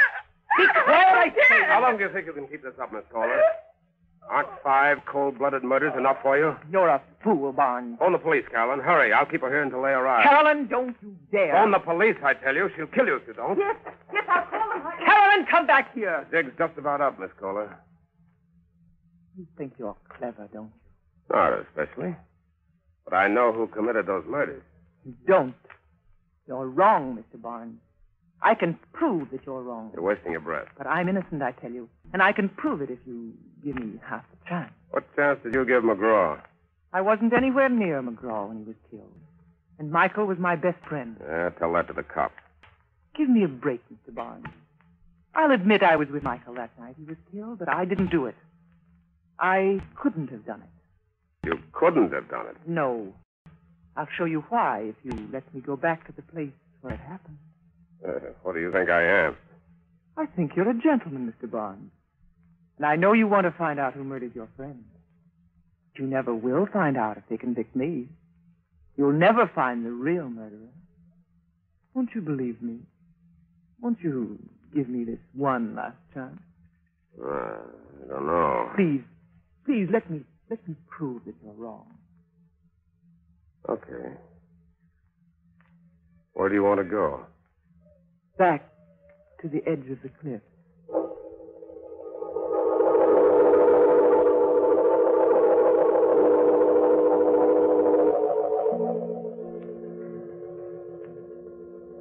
Michael and I were standing just about here, Mr. Barnes. Yes, go on. We were talking about the mysterious murders that had taken place on these bluffs overlooking the harbor. We were joking about the fact that I was a woman dressed in white. You're in white again tonight, Miss Kohler. Yes, it's my favorite color. I see. We stood here for a while, and then the cold air chilled me, so I asked Michael for his coat. May I have your coat, please, Mr. Barnes? What's the idea? I want to show you what happened. Well, do you have to be that graphic? Yes, it's important. The details are terribly important. All right, you can have my coat. But I'm warning you, Miss Kohler. I know the game. Slipping a silk noose over a man's neck is done more easily when his coat's off. That's why all the victims were found in their shirt sleeves. But Michael was the only one I knew. I couldn't possibly have had a motive for killing the others. They're complete strangers to me. That's not much of a defense. Psychopathic murderers often kill without a motive. They do it for the thrill it gives them, whether they know their victims or not. All right, continue with your story, Miss Kohler. Well, after I put on Michael's coat, I started toward the house. Eh? And then I missed my bag. Eh? I guess I left it near the edge in this, over there somewhere beside that rock. Good heavens. What's the matter? Isn't that another bag over there? Where? Beside the rock. Get it, Mr. Barnes, and bring it here. What? Bring it here. Oh, no, you bring it here. Oh, all right. If you're that frightened of me, I will. Just an ordinary bag. I don't know why you were afraid of picking it up. Nothing could have... Oh, my neck! I knew you couldn't resist another victim, Mr. Barnes. But you forgot about my strong hands and this coat I borrowed from you. You should have known better than to try that trick while I still had it on. There are other ways of committing murder, Miss Kohler. And I'm sure a psychopathic killer like yourself knows most of them. Yes, I do. Stay where you are. You're smarter than I thought, Miss Kohler. I never dreamed that you'd put a gun in that bag. That was the chief's idea. You underrated our police force, Barnes. We've suspected you for some time. We couldn't get the goods on you till tonight. We? Yes. Didn't you know there were women detectives? My sister and I have been leading you on ever since you killed Michael. And all the time I was figuring I could pin the rap on you.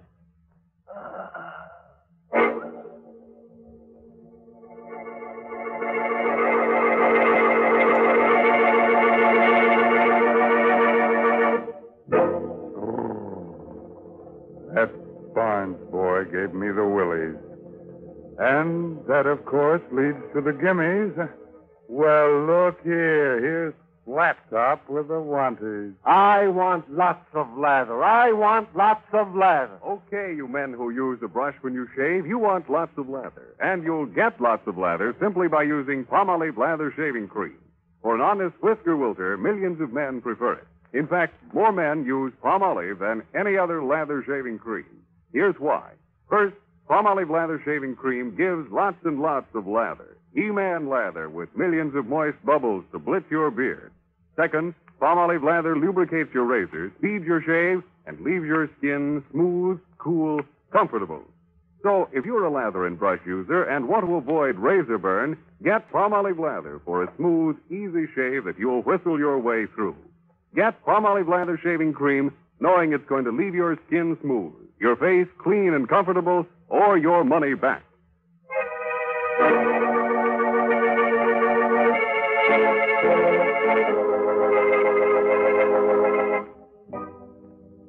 Well, it's time to fold up the ghosts now, those little folds, and put them back in the closet with their family skeleton, which is something.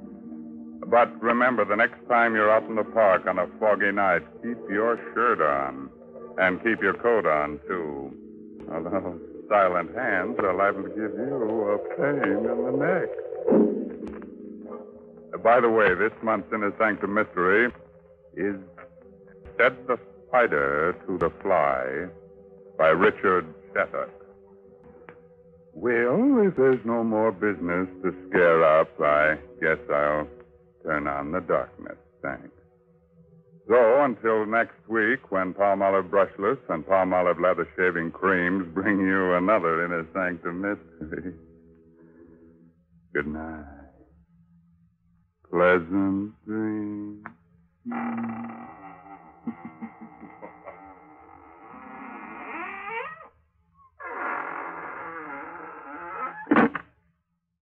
Are you feeling the chills creeping up your spine? Stay tuned for more spine-tingling tales. But if you dare to experience real-life thrills, click on the link in the description. Prepare to be whisked away on a heart-pounding journey through the bustling streets of Rio de Janeiro's favelas.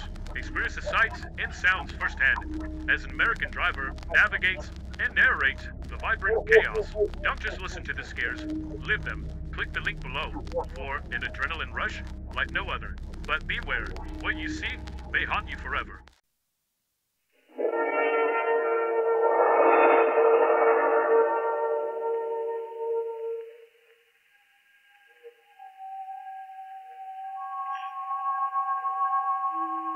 This is the Man in Black. I'm very happy to step over from the sound stage of Suspense to stand in for my fellow scare master of ceremonies, Peter Lorre. Mr. Lorre had to attend a special conclave of the International Association of Witches, Goons, and Creeps, of which he is a charter member. So I am here in his place, opening the doors of the Mystery Playhouse.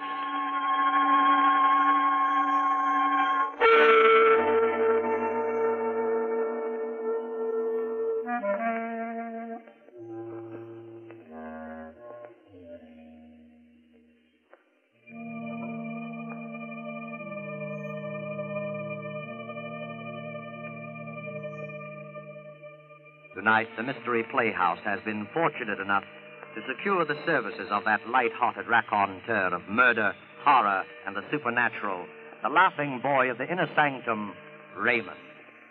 Raymond's been telling about the horrible things that happen to other people for a long time now, and getting a huge bang out of it.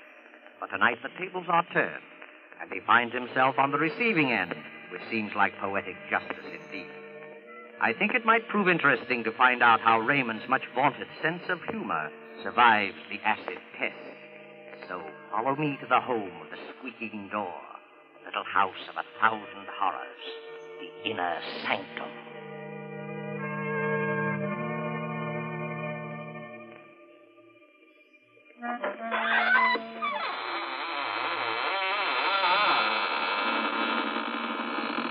Good evening, friends. This is your host, Raymond. Welcome to the squeaking door of the inner sanctum. For those of you who write in to find out why our door squeaks so much, I guess now is as good time as any to explain that the hinges are rusty with dried blood. Through that door pass the most beautiful ghouls in the world. Won't you come in?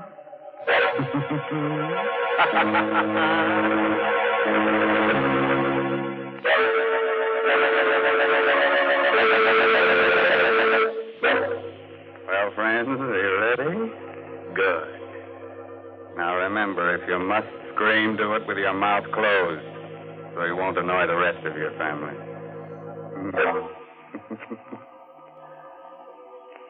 You know, you don't need dark old houses or murky graveyards to feel the chilly presence of beings from the other world. Last week, just after I completed my broadcast, I was called to the telephone. And I picked up the receiver. I heard. Hello, is that you, Raymond? Yes.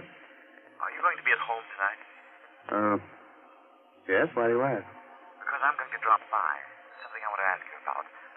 Try to be alone. Who are you? Don't you remember me? Well, the voice is familiar, but I can't quite place it. I'm Gideon Blake. I'll see you later, Ray. Goodbye. Now, there's nothing unusual about a call like that, except one thing. 10 years ago, my friend Gideon Blake was killed.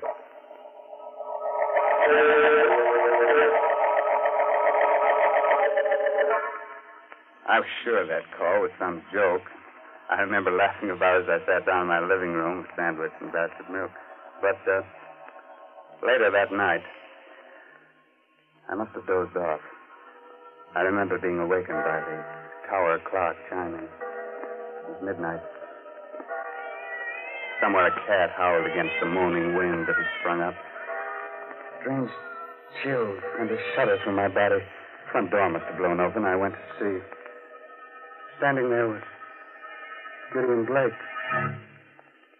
Good evening, Raymond. Blake. You shouldn't be so surprised. I told you I was coming. Yes? You've changed so. It's been a long time. More than 10 years, I believe. But I don't understand. You were burned to death. How on earth did you come back? There are many things which you will never understand while you're alive and on this earth. Why'd you come here? To give you this piece of paper. Huh? What's on it? The names of 4 persons. They're alive now. In a short time, they will all be dead. I looked at him carefully as he talked. He looked hideous, ugly, with horrible burns on his face. The man had the look, touch, the very smell of death. Good night, Raymond. I looked at the slip of paper my friend Gideon had given me. There were 4 names. Stella Marlowe, Robert Lane, Amelia Cardway, Raymond Edward Johnson. The first 3 names I didn't know. The last was very familiar to me. It was my own name.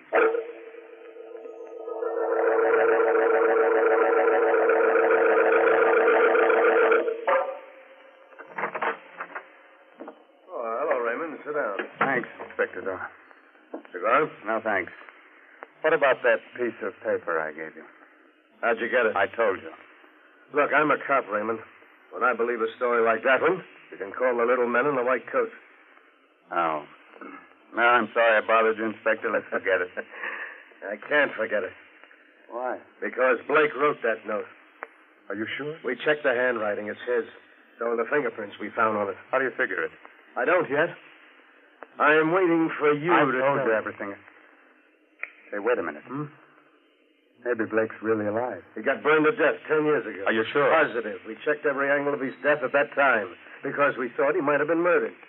Murdered? I never heard about that. Oh, Blake was with the department, you remember, working on a homicide case. The Laura Wilcox case, you remember? Vaguely. We figured someone might have polished him off, but nobody did. It was an accident. Was this Wilcox murder ever solved?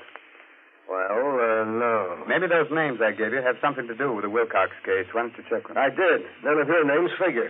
These people never heard of the Wilcox murder. Hey, Inspector. Yeah, what do you want, Gibson? Weren't you interested in some information about a dame named Stella Marlowe? Yeah. She was the first name on that list you gave me, Ray. What about her? I just came through on the ticker. Stella Marlowe was found dead. Murdered.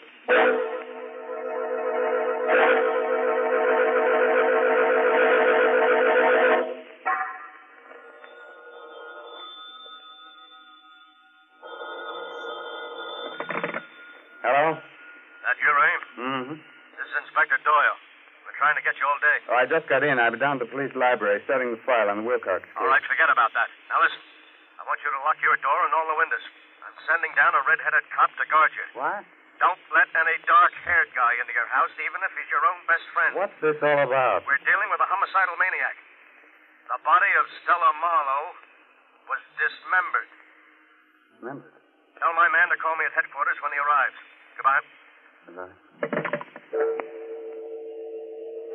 Just after I hung up the phone, I noticed a little black box on the living room table. How it got there, I don't know, because my house was locked all day. I undid the black ribbon, opened it. What I saw inside fascinated and horrified me. It was a human hand. Suddenly a thought clicked in my mind. I recognized something on the hand.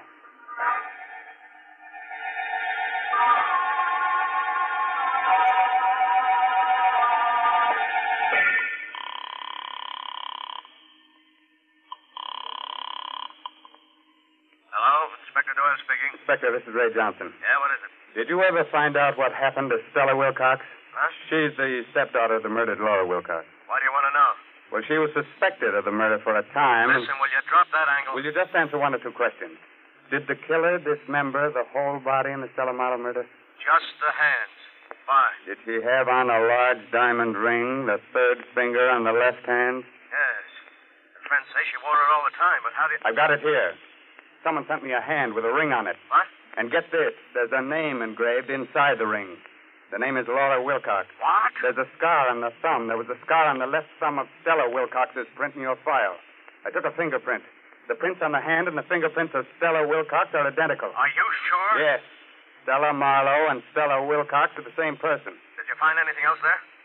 Yes. Black hair on the fingernails. I'm coming down to your place as fast as I can get there. Goodbye. Goodbye. The front door slammed a second after I hung up. I turned around. Coming toward me was a man with jet black hair.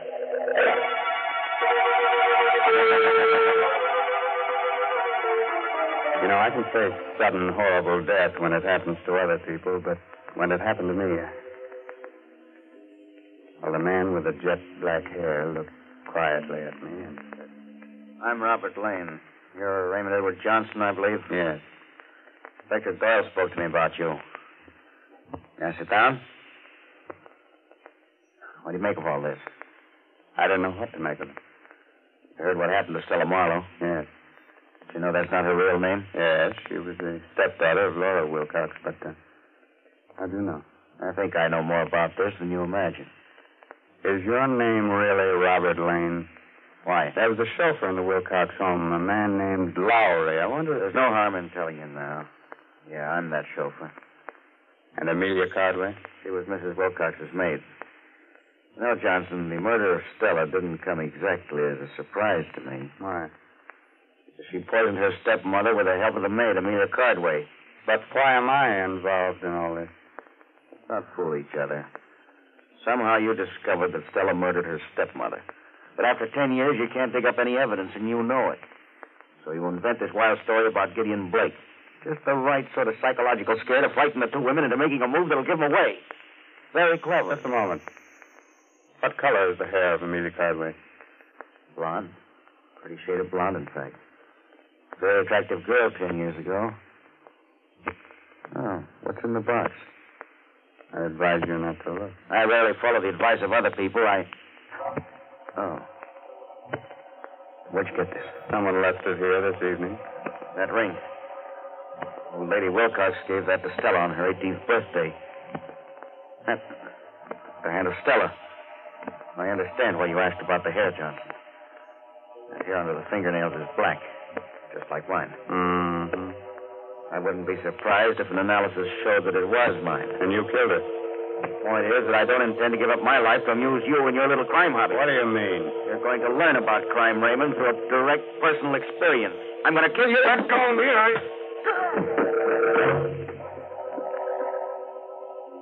He was a powerful man. His blow dazed me. I struck my head against the furniture. I lay down on the floor dazed. Like a slow-motion picture, I saw Lane approach and lean over me. A long knife in his hand. You didn't expect to stir up this hornet's nest, did you? Crime and murder is very amusing, isn't it? Well, you'll find out just how funny it is. I saw him raise his arm. I was powerless. He was driving the knife down. Suddenly... Let go. Grab my hand. I did. Gideon Blake. Yes. I heard him scream. Somewhere the door slammed, and I blacked out.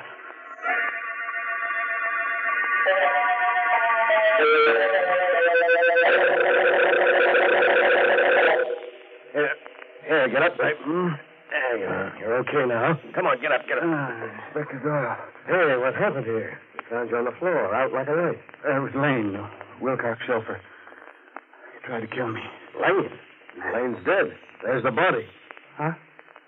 Did you kill him, Ray? No. Where does Amelia Cardway live? A few miles from here. Why? We've got to get over there right away. She killed the old lady, and she might have killed Stella, too.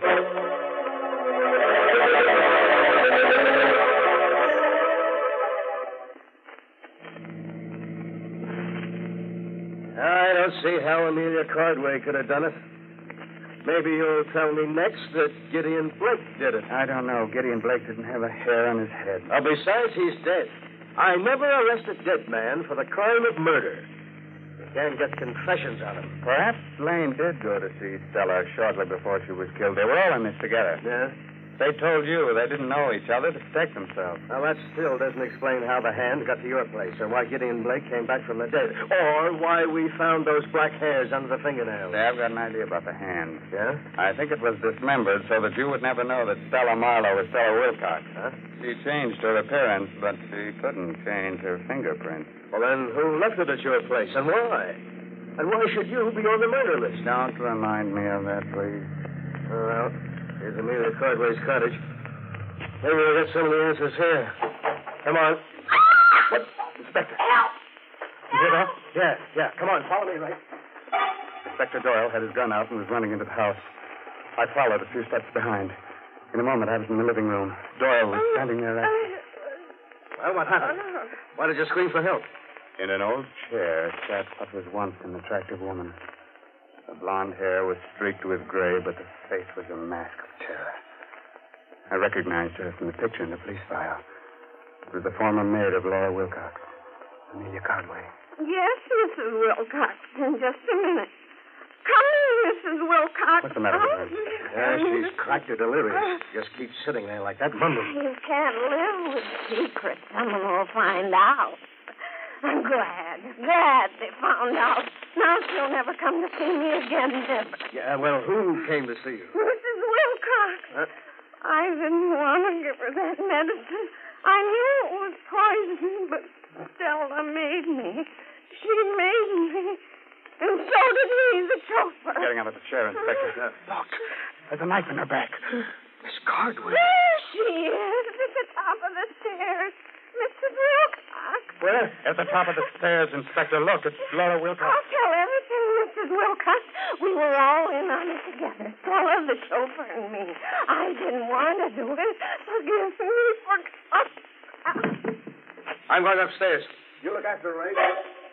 The moment he reached the bottom steps, Mrs. Wilcox disappeared. I stooped over the Cardway woman. She was dead. A burst of pistol fire came from the upstairs part of the house.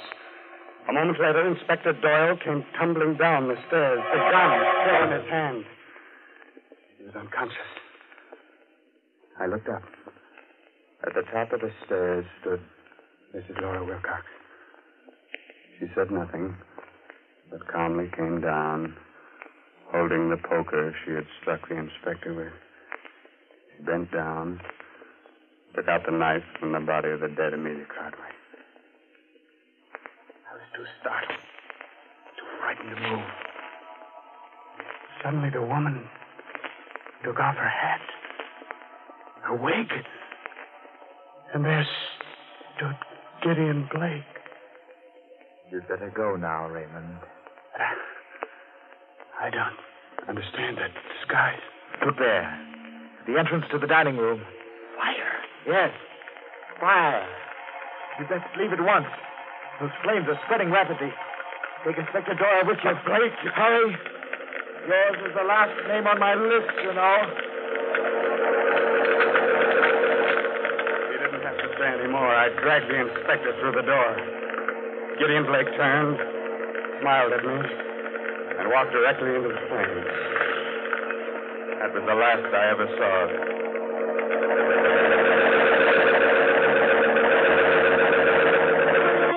I found the missing pieces of the jigsaw puzzle. Laura Wilcox was a twin sister of Gideon Blake. We dug up the birth records.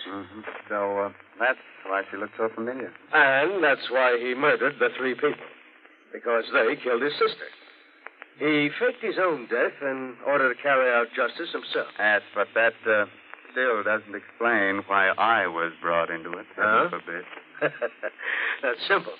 He wanted us to know what was going on so that we didn't hold some innocent person. Just one more question. Yeah, go ahead. How did Blake fake his own death 10 years ago?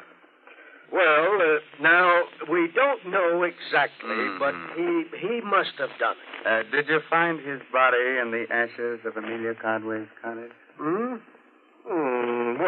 I guess they're there, but, well, it's impossible to identify them positively. Yeah, that leaves one other explanation. What's that?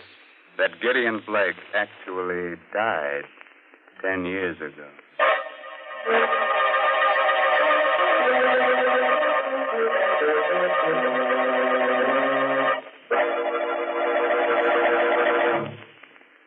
A word of advice, naturally.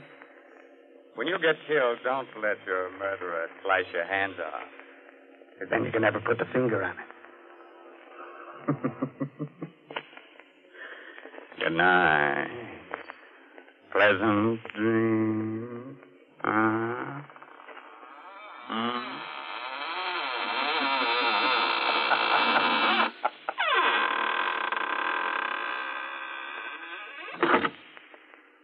You have been listening to an Inner Sanctum mystery starring Raymond Edward Johnson. Tonight's presentation in the Mystery Playhouse. At this point in our program, Peter Lorre tells me we usually go to the green room for a preview performance of our next Mystery Playhouse attraction. Are you feeling the chills creeping up your spine?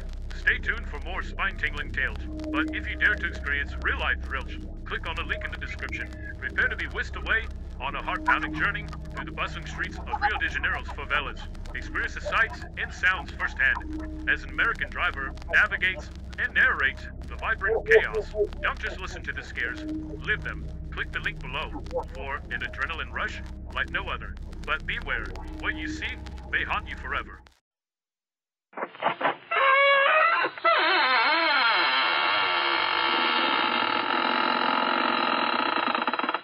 Well, and how do you do, friends of the Sanctum? This is Raymond, your host of the Squeaking Door. Come right in. What are you staring at? Oh, him. Oh, he won't hurt you. He's been dead for years. He came here with our first program. Said nothing could scare him. I've been using him for a doorstop ever since. Have to get a new one, though. His bones are showing through.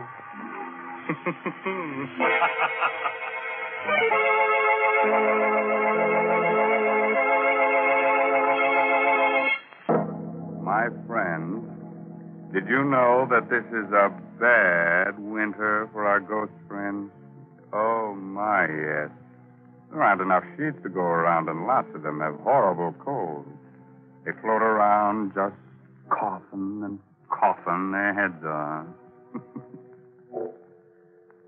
Are you all set?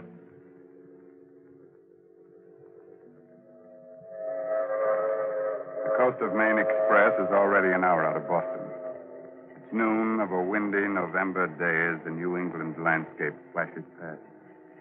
On the train, the crowds of servicemen, doting mothers, babies, salesmen, and a man who was this day acquitted of murder because the police couldn't find the body. Richard Fenner sits alone, the suspicion of a smile tugging at thin lips that whisper what his eyes follow on the paper. Body of Ole Sventorg, color chemist of Satan's Point, Maine, still unfound. Sventorg was known to be developing a paint formula making it possible for colorblind people to see reds and greens as normal people see them. It is believed that the chemist had the final notes for his successful formula on his person. Richard Fenner, youthful assistant, on whom Sventorg tested his pigments, admitted he may have killed Sventorg in a fit of temporary insanity induced by the experiments. He was found in a dazed condition with blood on his hands on the day of the chemist's death. Hello, friend. Anybody sitting here? No? Good. Have a peanut? No, thank you. Best food in the world, peanuts. Always eat them. Name's Botts, friend. Jasper Botts. Travels for Goodman's Textile. Don't feel like talking, huh? Got some thinking to do? Well, that's all right. I'll just read a while. Idiot. I've done my thinking. So many things to think about. So much for Anna and me to remember. It had been hard to convince Anna at first. Easy enough for me to say, we have to get rid of Ole. But Ole was Anna's brother. We talked it over on the cliff near the land.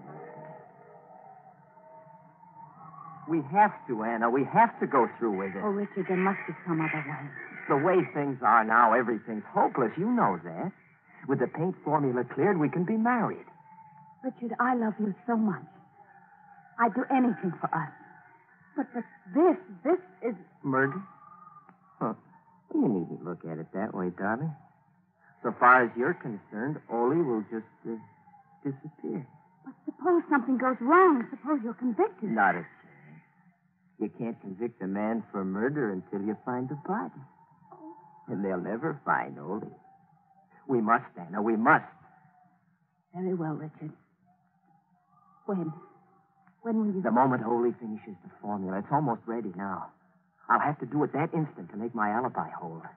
Today, tomorrow, soon, anyhow. Everything else is ready.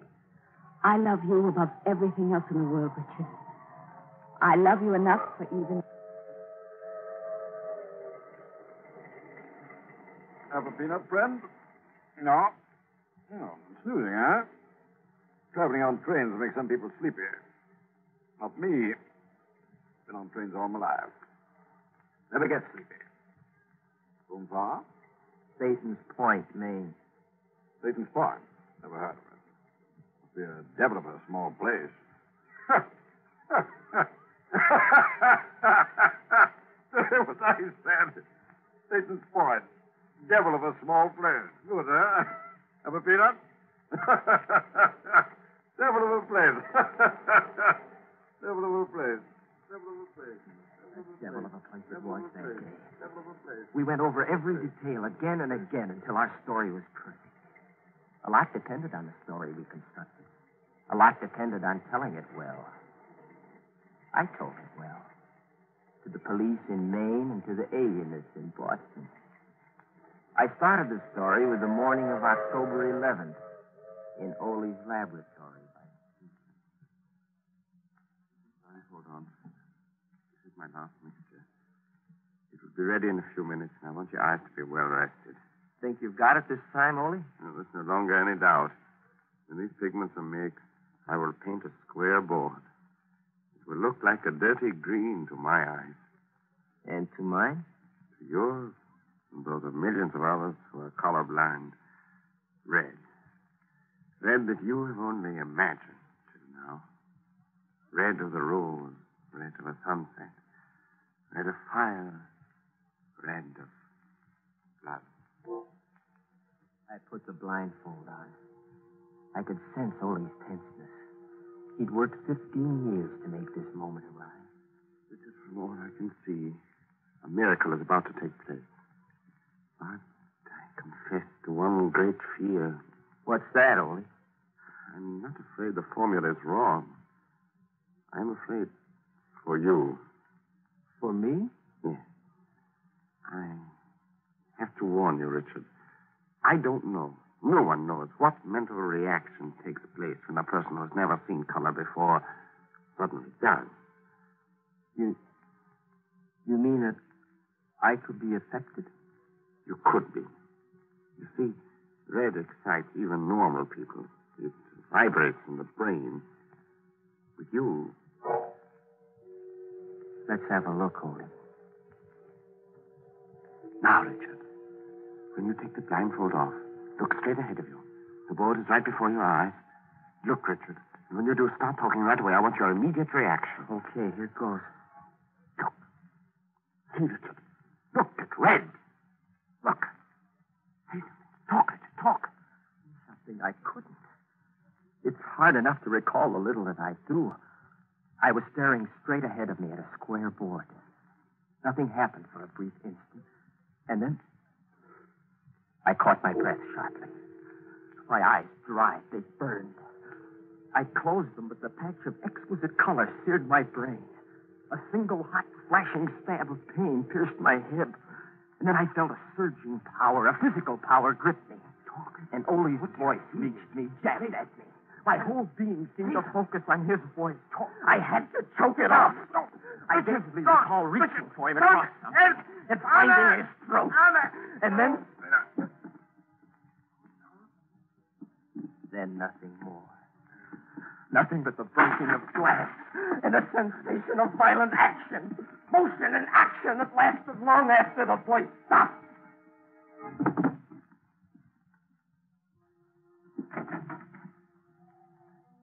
Then I felt cold air lashing at me. I was carrying something limp and heavy. There's a point of rock outside the house. It juts over the sea. I stood there for I don't know how long. The first clear thing I recall is identifying Anna's voice coming towards me. Richard! Darling, what are you doing? Richard! Your hands!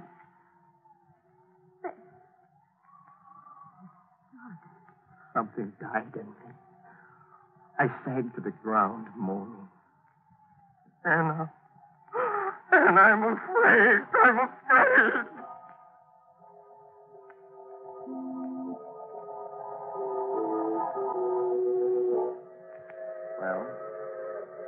That was my story. That's what I told them all. They didn't believe me, so what?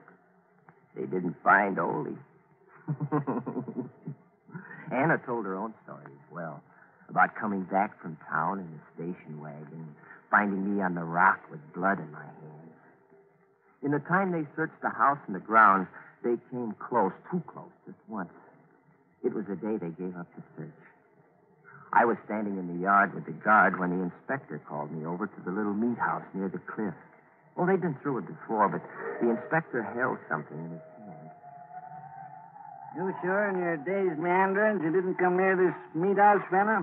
Well, I can't be sure of anything, Inspector. I don't think so. Why? There's no felt hat I overlooked before. Got the initials OS stamped in it. Ole's hat. I left it out. Was our whole plan going to be upset by a hat? Hey, Fenner? It's Ole's. He always wore it out here when he worked on his meat. No? And the blood on the brim? Well, look around you for the answer to that one. Ole was proud of his larder. He just hung 2 quarters of beef the other day for aging. Right over there, see? It was fresh killed stock. Blood probably came from that. Yeah, we'll have the blood tested anyhow. All right, Fenner. You can go back now. I walked away a little elated. Habit's a funny thing. It plays tricks, even on detectives.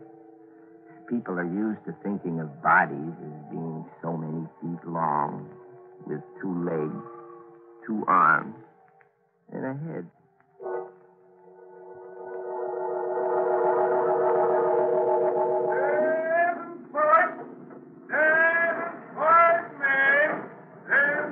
Well, friend, this is your stuff, I guess. Yes, this is it. I'm sorry I was such a poor traveling companion. Oh, that's all right. Feel that way myself sometimes. Have some peanuts? No, thanks. So long. Anna! Oh, darling. Oh, darling. Oh, I'm so glad to see you. Everything went just as you said it would, didn't it? And now you're free. Free, but not safe yet, baby. Don't talk here. Let's get in the station wagon first.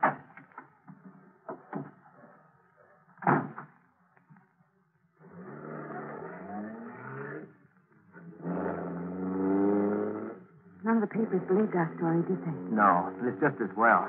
Makes tonight's work easier. But there are so many things I don't understand. Isn't there some other way we could... No. And it's just as well you don't know everything, Anna. There's less chance of your making a slip. It seems to me that I'm in this as deeply as you are. All right. I'll tell you this much. The papers played up the fact that Ole had the final formula on his person when he was killed. The formula we thought was on the lab table, right? Yes. Well, that leaves 2 things I have to do.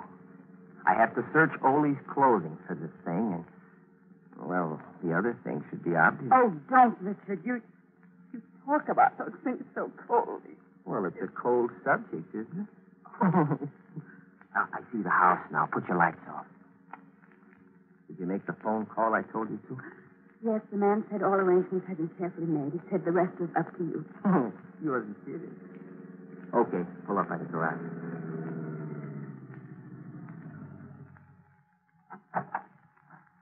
Don't look around you as we walk into the house. Oh, I'm not as calm as I thought I'd be. You've got nothing to be afraid of, darling. Unless you believe in spirits. Richard, let's do what has to be done and go. Did you have that extra key made for the meat house? Yes. Yes, we did. Good. Now, do just as I tell you. My life depends on it. You'll stand at the kitchen door with the lights off, and you won't take your eyes off the meat house for 1 second. That's right. The meat house door will be open so you can see me working. The lantern will make it light enough. Right now, I'm going to stand in front of the only window in the room we left the blind up on. While I'm there, you go get the dummy we had made to look like you. Put it in a chair in the position you're in now. Got that? Yes. All right, get the dummy. It's in the linen closet.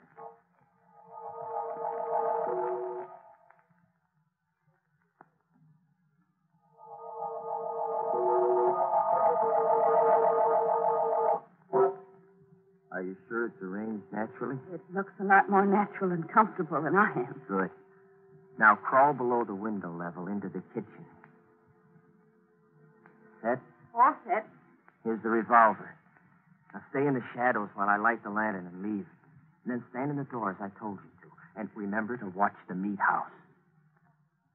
Scared? Yes, but I'll do my part. Don't worry. Just be careful and hurry. Well, this gruesome business will be over soon, baby, and it's worth it. What are a few days of this compared to what's in store for us? I know. But hurry.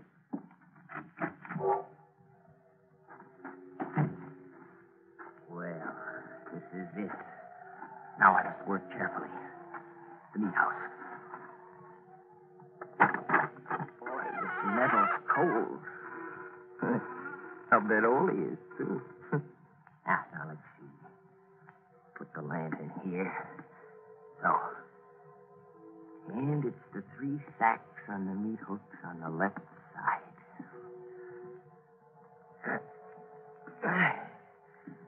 It's heavy.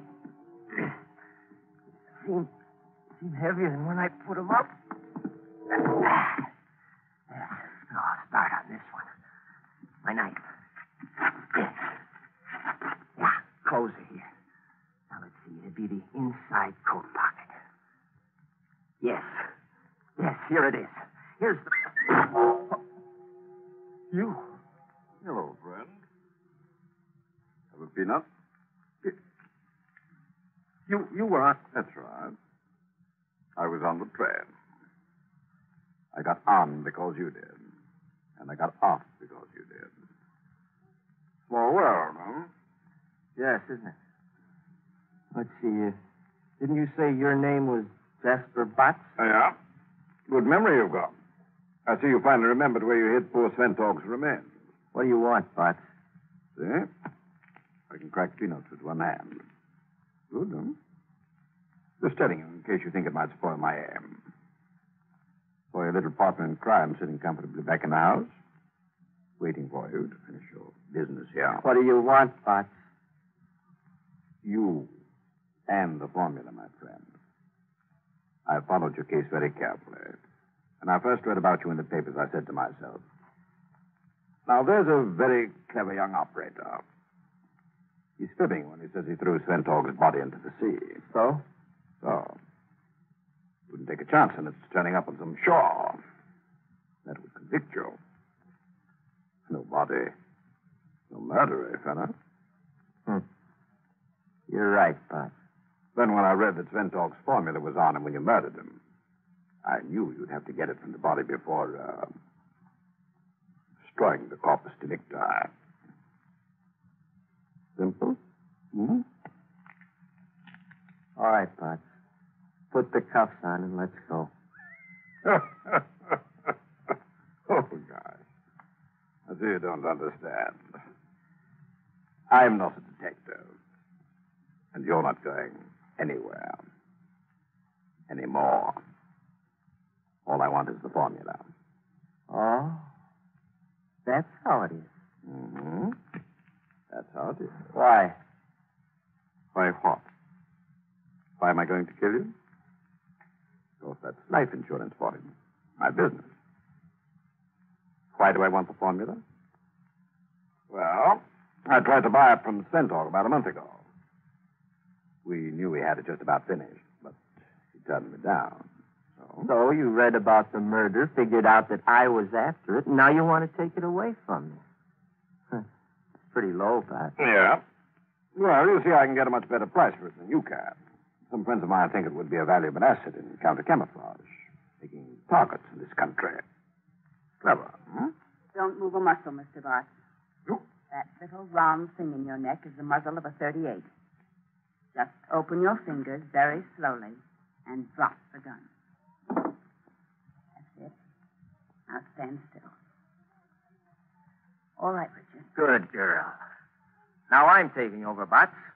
Nice Luger your friends gave you. Mm-hmm. It is a nice gun.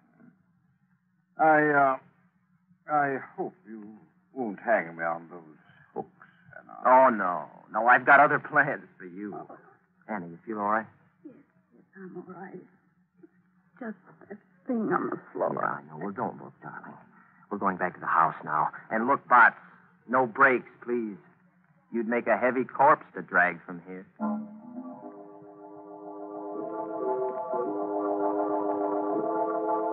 Wow, that's a very cozy little room. Tired and everything, huh? Okay, darling, make your phone call.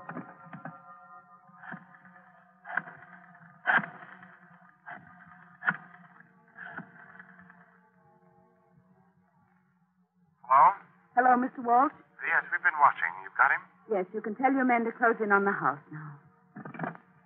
That was Mr. Walsh of the FBI, friend. Smooth piece of work all the way through, Richard. Yes, sir. My first and last case, Walsh. Well, we don't usually call on outsiders for help, you know, but this was such a natural. The boss is apparently the man who's been dodging us so successfully. He's one of the Nazis' best men over here. Slippery fellow. Yeah. When you and Mr. Sventor came to us a month ago about the suspiciously high offer you'd had for the formula, it sounded like our man. He's got lots of dough to play with. But why the elaborate story of murder and intrigue? Well, making Richard here out to be a murderer took away the suspicion of a trap. We knew Richard would be released, no matter how phony the story he gave, because the police wouldn't find Mr. Sventork's body, of course.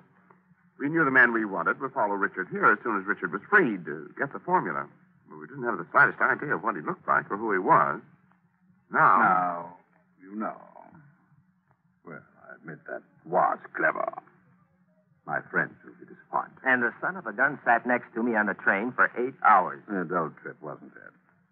But what about the meat house angle? The sacks. That's beef. Just good prime beef. In sacks, it looks a little like... I planted Ole's clothes there. Oh, Richard, stop. I've had enough. By the way, where is Mr. Sventork? Oh, my gosh. He came up here from the hotel this afternoon. I'm so used to thinking of him as dead that I forgot all about him. He's probably lost in the... Anna, you all right? Yes, I'm all right, Richard. Just took me up, but I... Richard! Richard, the laboratory! All right, you still have the box, Mr. Walsh. Hold on to him. I'll take a look in the lab. Go ahead, Tenant. Ole, where are you? Ole! Ole. Here, Richard. I'm all right. It's just my leg. Light a match so we can see. Yeah, sure. Hurry, Richard. I want to see what's wrong. Light a match. I'm holding a lit match, Ole. Oh. I see. Your eyes, Ole. Richard! Richard, He's all right, Anna. I'm bringing him out now. He's all right, yes. But never again to see the red of a rose. The red of fire. The red of a sunset. The red of blood. Ole's formula brought color to millions. Now, he's blind.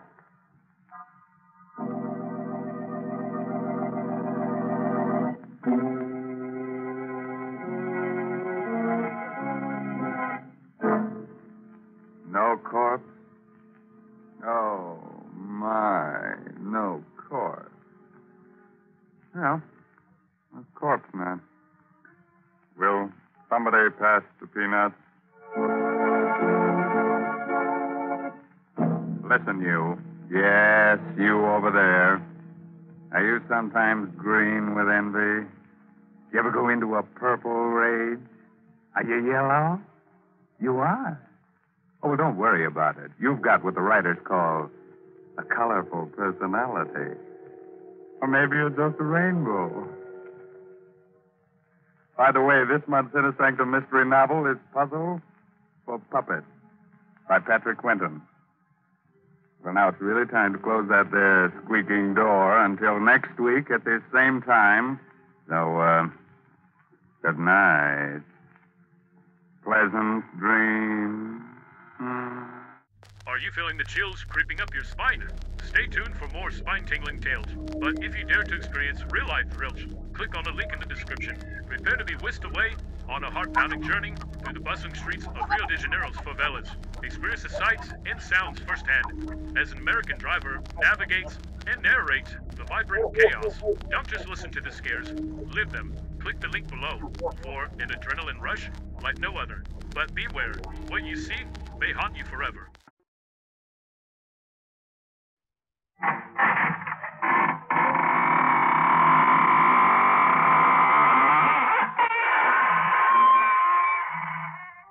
Good evening, friends of the inner sanctum. Well, here it is, Tombsday again, and this is your ghost host at the squeaking door.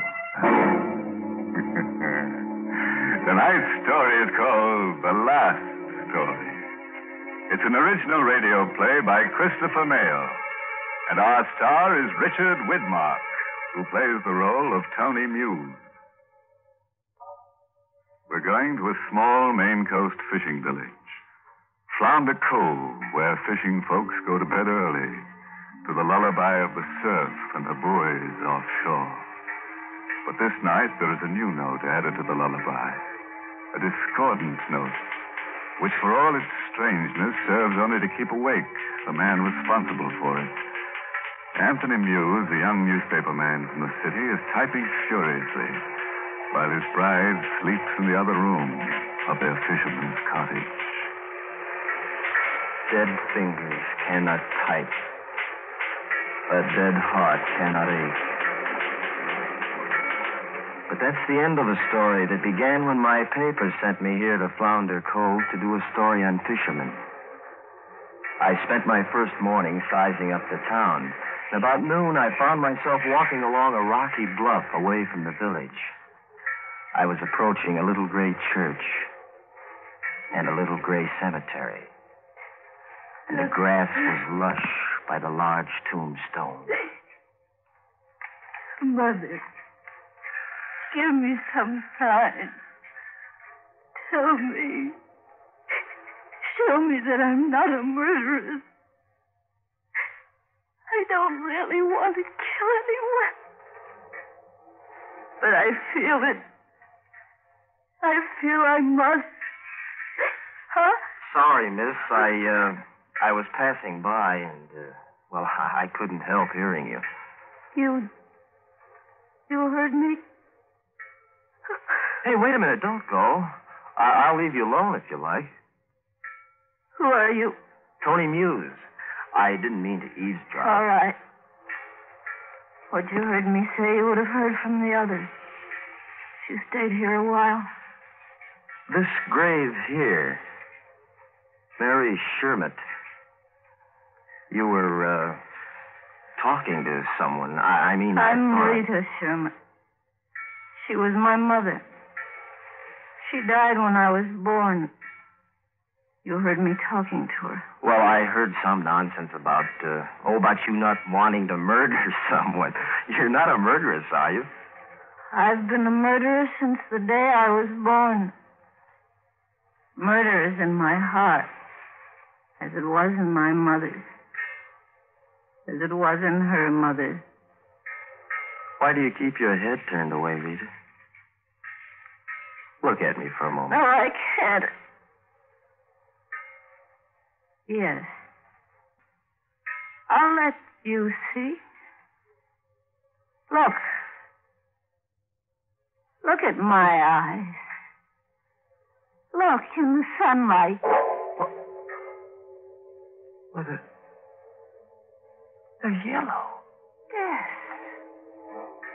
Yes, yellow eyes. Murderer's eyes. Her eyes were yellow. The most beautiful eyes I've ever seen.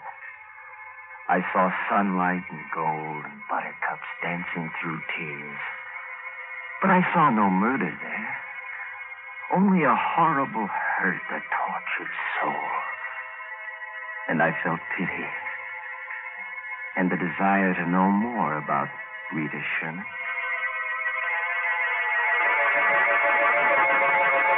Yep. Killing runs in her blood. Got yellow eyes, just like a mouse was. They're pretty eyes, though. Yep, right pretty to look at. Mother's was, too. She got a killing fit and drive a knife through a man's heart. Why? No reason. She come near hanging for it. Well, didn't she? No. Governor changed it to life. She was gonna have a baby. Who, Rita? Yeah, Rita. Mary Sherman died, born in Rita, prison hospital. Uncle Zeb's good Christian. He took baby and raised her. Well, why does she stay here? She can't bring herself to break away from a Ma's grave on a bluff. Talks to a ghost. Everyone I spoke to agreed that Rita Sherman would kill someone someday. I should have taken the afternoon train. My story was finished.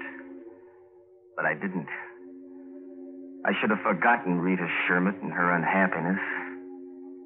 But I couldn't. When I saw her standing on a high point above the hungry rocks on the bluff that afternoon, when I watched her step to the very brink of that bluff, I should have turned my head away, but I couldn't. Rita, you little... Don't, Rita! Don't! Stop struggling, Rita. You come back. You come back or you take me with you. Why don't you let me? I can't go on this way. I can't. Why did you do that? You had no right to slap. I do have the right. I love you. Oh, dear heavens, no. Is that so horrible, Rita? Didn't you see in my eyes? I saw superstitious nonsense, Rita. You've been told that you're a born murderer since you were a child. You're being driven toward it. I can help you, Rita. Please let me. You can help me least of all. Why do you say that? Because of what Uncle Zeb told me last night. What did he say? That you are probably the man I was meant to kill. I kissed her. And I found on her lips such a hunger for love and for understanding that I was blinded to the violent forces of nature I was dealing with. Had I known, I might not have called on Uncle Zeb that evening, or heard what I did as I froze to the porch of Rita's waterfront shack. The front door was ajar. Put that down, you she-devil. The money's gone and...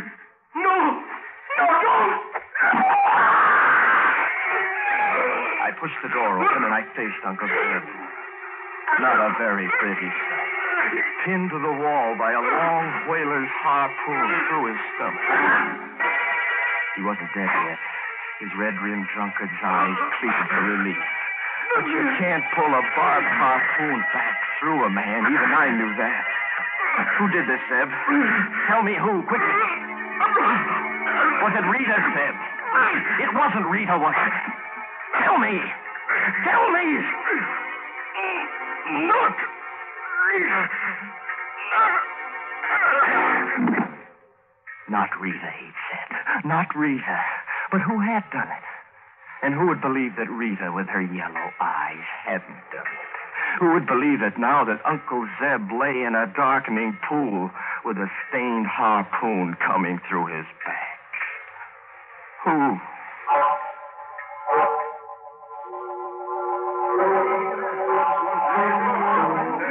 Oh, here comes the sheriff now. Hey, sheriff, did you catch her? Let me through here. Yeah. Come on, folks, let me through. Did you catch her, Sheriff? Sure I did. Well, I know that Sherman gal would kill somebody someday. Yeah, sure, I know it. Listen to me, Sheriff. Rita Sherman Quiet. kill anyone. Quiet! You got it all wrong. Emma Hathaway done it. What? Wasn't Rita Sherman. Say that again. Rita Sherman didn't kill Uncle Zeb. Emma Hathaway killed him. Sherman gal couldn't have done it. She took the 5 o'clock express. Bought a ticket for New York. I wasted no time leaving Flounder Cove. They promised to flag a through train for me that night. The sheriff came to the station with me, and he filled me in on the story. Who would have guessed Mamie Hathaway and Zeb was behind all those stories about Rita? But why, Sheriff? Were they trying to drive the crew crazy? And or worse, they could murder somebody. And they'd have the money all clear. What money? Zeb got $20,000 in cash from Rita's ma while she was in prison to raise the gal on. Zeb thought nobody knew that, so he was going to use the money himself. But Mamie Hathaway knew, huh? Yep. Rita's ma told Mamie just before she died. Mamie told Zeb she knew. So he had to cut her in on the deal. Lovely people. What happened last night? You come into the picture, and Mamie sees the gal's falling for you. She She goes to Zeb and wants a share. And they each made a mistake. How, Sheriff? Zeb told Mamie he'd spent all the money. Mamie killed Zeb, thinking sure Reta'd be blamed for it. You see, son, nobody except Cal at the station here knew Rita had left down the cove. Do you know why she left, Sheriff? I reckon I do, son. And I hope you find her. I have to find her, Sheriff.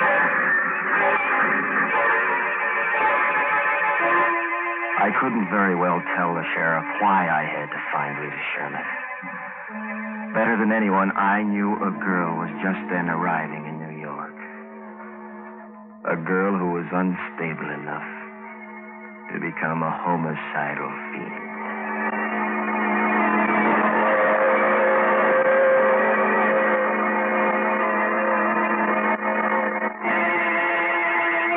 I was standing on the subway platform at 14 when I spotted Rita. She was standing at the front end of the platform with a small group. Things happened fast then, but I remember just as I started toward her, I noticed the man who wavered close to her at the edge of the platform. I saw her hands raised slowly toward the man's back, and then I heard the train coming.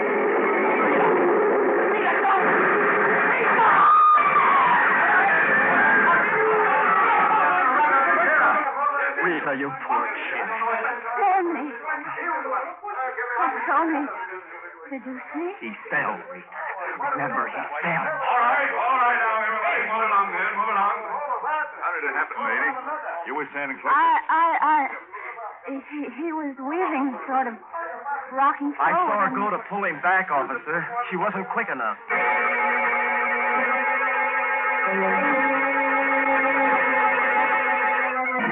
Rita.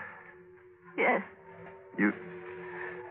You don't think you pushed the man, do you? I'm not sure. I just saw him leaning, and I raised my hand. I just don't know, Tony. Well, you didn't. I saw you. You were going to pull him back. Now let's talk about us. Darling, you don't know how I've looked for you, but now, baby, I'll never let you go. Oh, Tony. I can't. I can't. Can't what, darling? I can't see you again. It's not that I don't want to, Tony. But Dr. White won't let me. Who's Dr. White? He's a wonderful man. He's curing me, Tony. He's a psychiatrist. He says it would be dangerous for me to see you for a long time. Dr. White. He became a high, polished wall I couldn't climb between me and the woman I loved.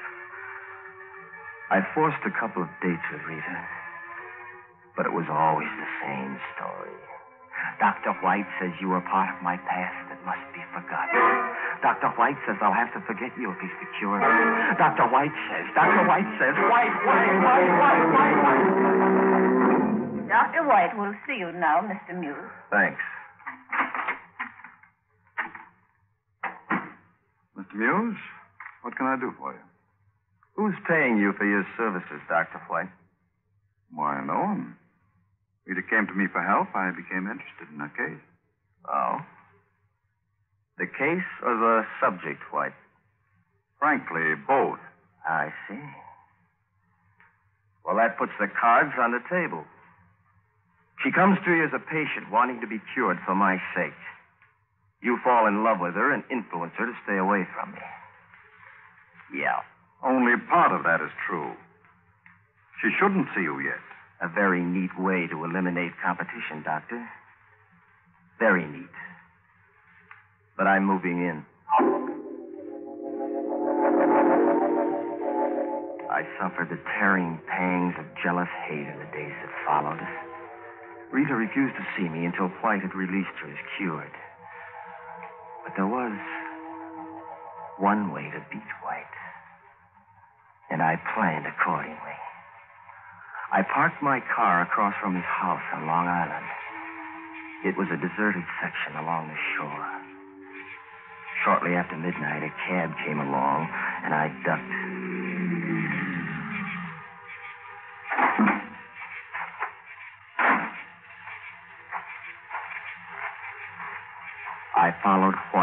driveway until he heard me. Who is it? Tony Muse, Doc. Muse? What are you doing here? Let's go inside where it's comfortable. Oh, no. We'll talk right here. Don't let's mess up your driveway, White. This is a gun.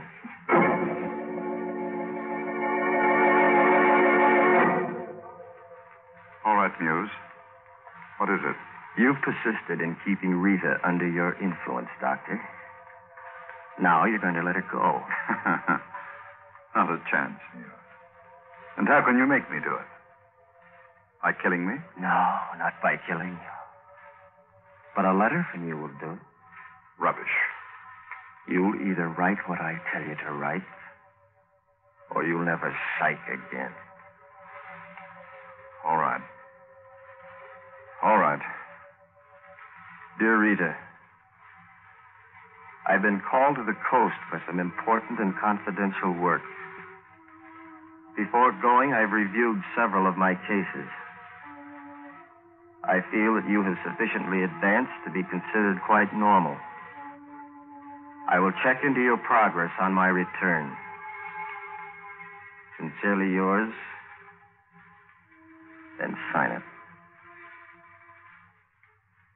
Frankly, Muse, this is childish. What's to prevent me from showing Rita this letter as a forgery? I've thought of that, too, Doctor. No, Muse. Why be rash? Listen to me. The trouble with you as a psychiatrist, White, is that you never met anyone who wanted something as much as I want Rita Sherman.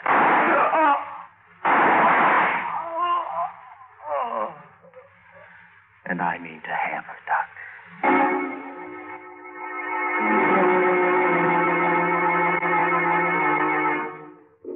He was light and easy to carry. I crammed the trunk compartment of the car shut on him, and I locked it. In town, I mailed the letter to Rita, and I waited centuries for the night to pass, and then more centuries for my phone to ring the next day. Tony Muse. Tony. Whoa, darling. Is there anything wrong? You're crying, Rita. I know I can't help it, dear. I'm just so happy. I just received a letter from Dr. White. He says... Rita, you don't mean he's released you? Yes. I'm well and normal. And when can I see you, Tony? Baby, pack your toothbrush. I'll pick you up in the car in 1 hour. We're heading for Lake Arrowhead, darling. This is your wedding day.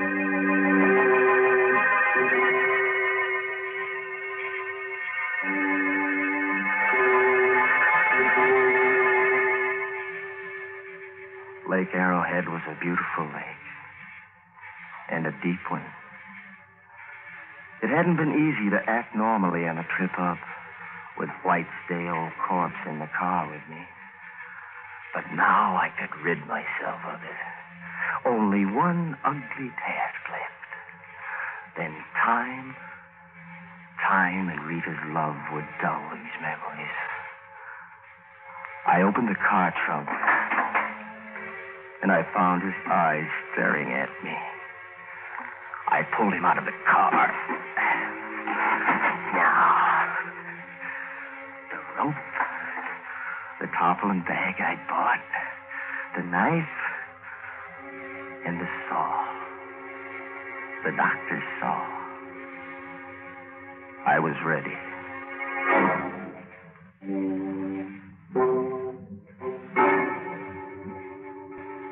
It took me a half hour in all. No one would have guessed then who was packed in the weighted tarpaulin package I dropped into the lake. It was finished. I was free. And I went back to Rita.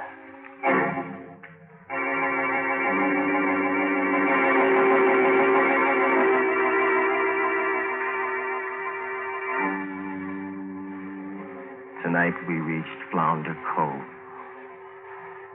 We're spending our honeymoon here. No man ever had more than I did to be happy about with Rita. Rita, my wife. It was an expensive moment. I only realized a short 2 hours ago that the happiness I'd bought was impossible to hold.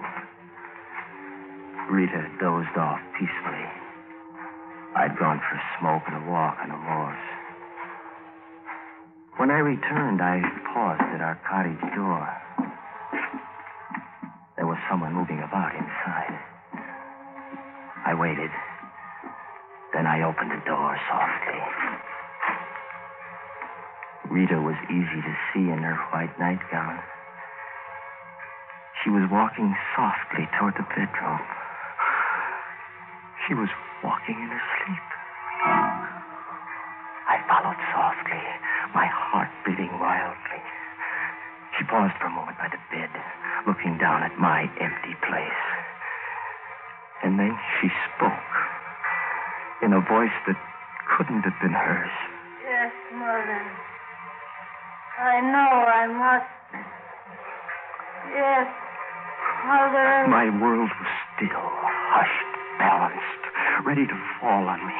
Rita's arm raised slowly, and there was a single glint of mental as she brought her arm down, and she leaped on the bed like a wild animal.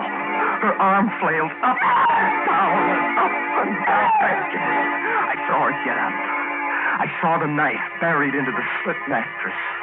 Watched my wife return to her bed. Then came here to write the story.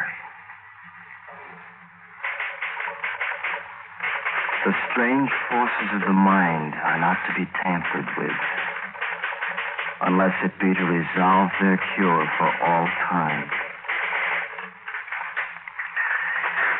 Well, that's the story. All but the ending. And the end of the story must be acted out. Ironic twist, too. The same gun I used on White.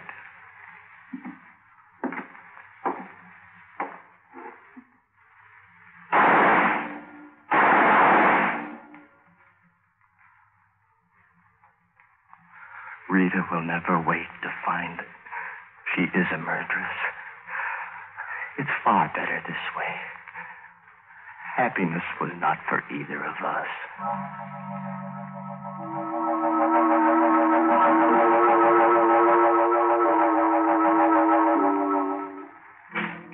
To whom it may concern, I, Anthony Muse, do confess to the murder of Dr. Donald White of New York City.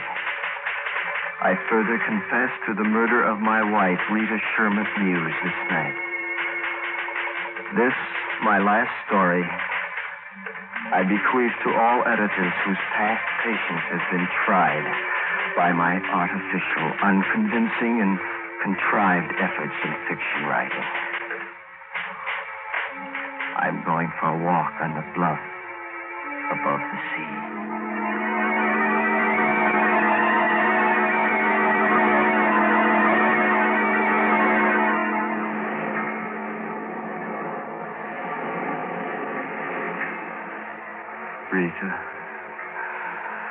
Rita, didn't you know? Are you feeling the chills creeping up your spine? Stay tuned for more spine-tingling tales. But if you dare to experience real-life thrills, click on the link in the description. Prepare to be whisked away on a heart-pounding journey through the bustling streets of Rio de Janeiro's favelas. Experience the sights and sounds firsthand as an American driver navigates and narrates the vibrant chaos. Don't just listen to the scares, live them. Click the link below for an adrenaline rush like no other. But beware, what you see may haunt you forever.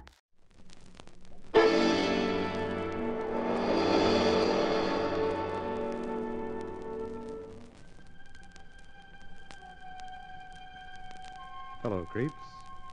This is PFCX inviting you to listen to another Mystery Playhouse presentation. Tonight we take you to the Inner Sanctum, where we'll hear an original radio play by Robert Newman. The title, The Dark Chamber. It's one of the best stories to come our way in some time. So at this point, we'll turn you over to your Inner Sanctum host. We're at his door, so let's open it. Like this.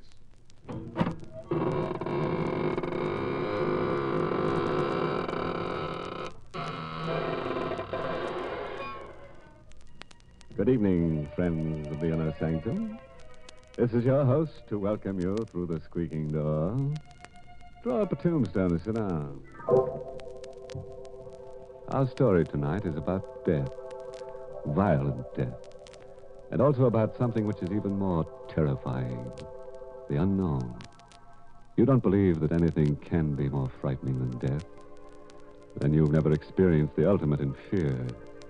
But you will within the next few minutes, if you'll put out the lights, pull your chair up close, and listen to the dark chamber.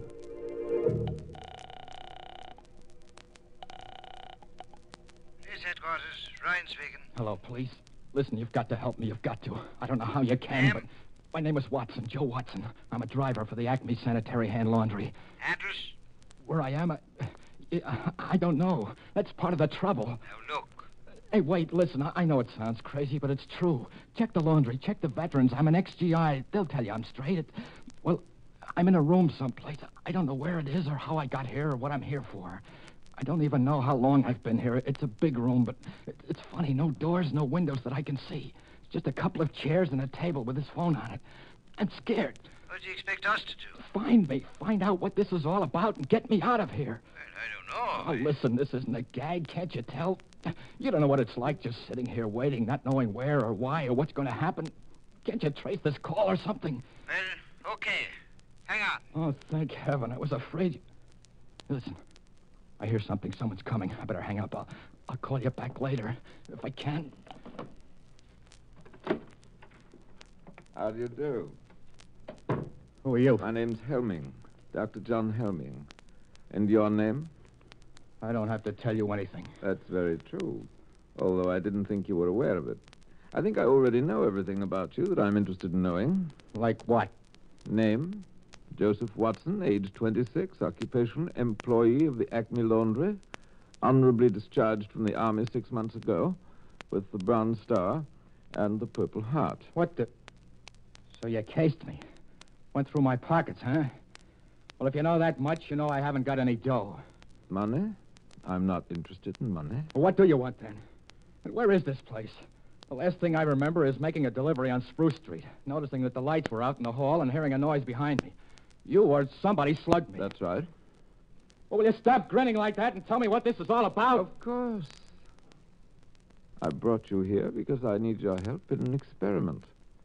An experiment whose details I've already worked out with mice and rabbits and cats and other animals. What kind of an experiment? An experiment in fear. Fear? Yes. You fought in the war. You were wounded. That means you've probably known fear. And still, you won the Bronze Star, which means you overcame it. Now, the question is, can you overcome your present fears? What are you talking about? You're afraid. Nothing has happened to you yet, absolutely nothing, and yet you are afraid, aren't you? You're afraid because you're face to face with the unknown, because you don't know what I want and what I'm planning to do, which is as it should be. And that's the way we'll leave it, for the moment. Hey, wait a minute. Come back here. Come back. You can't...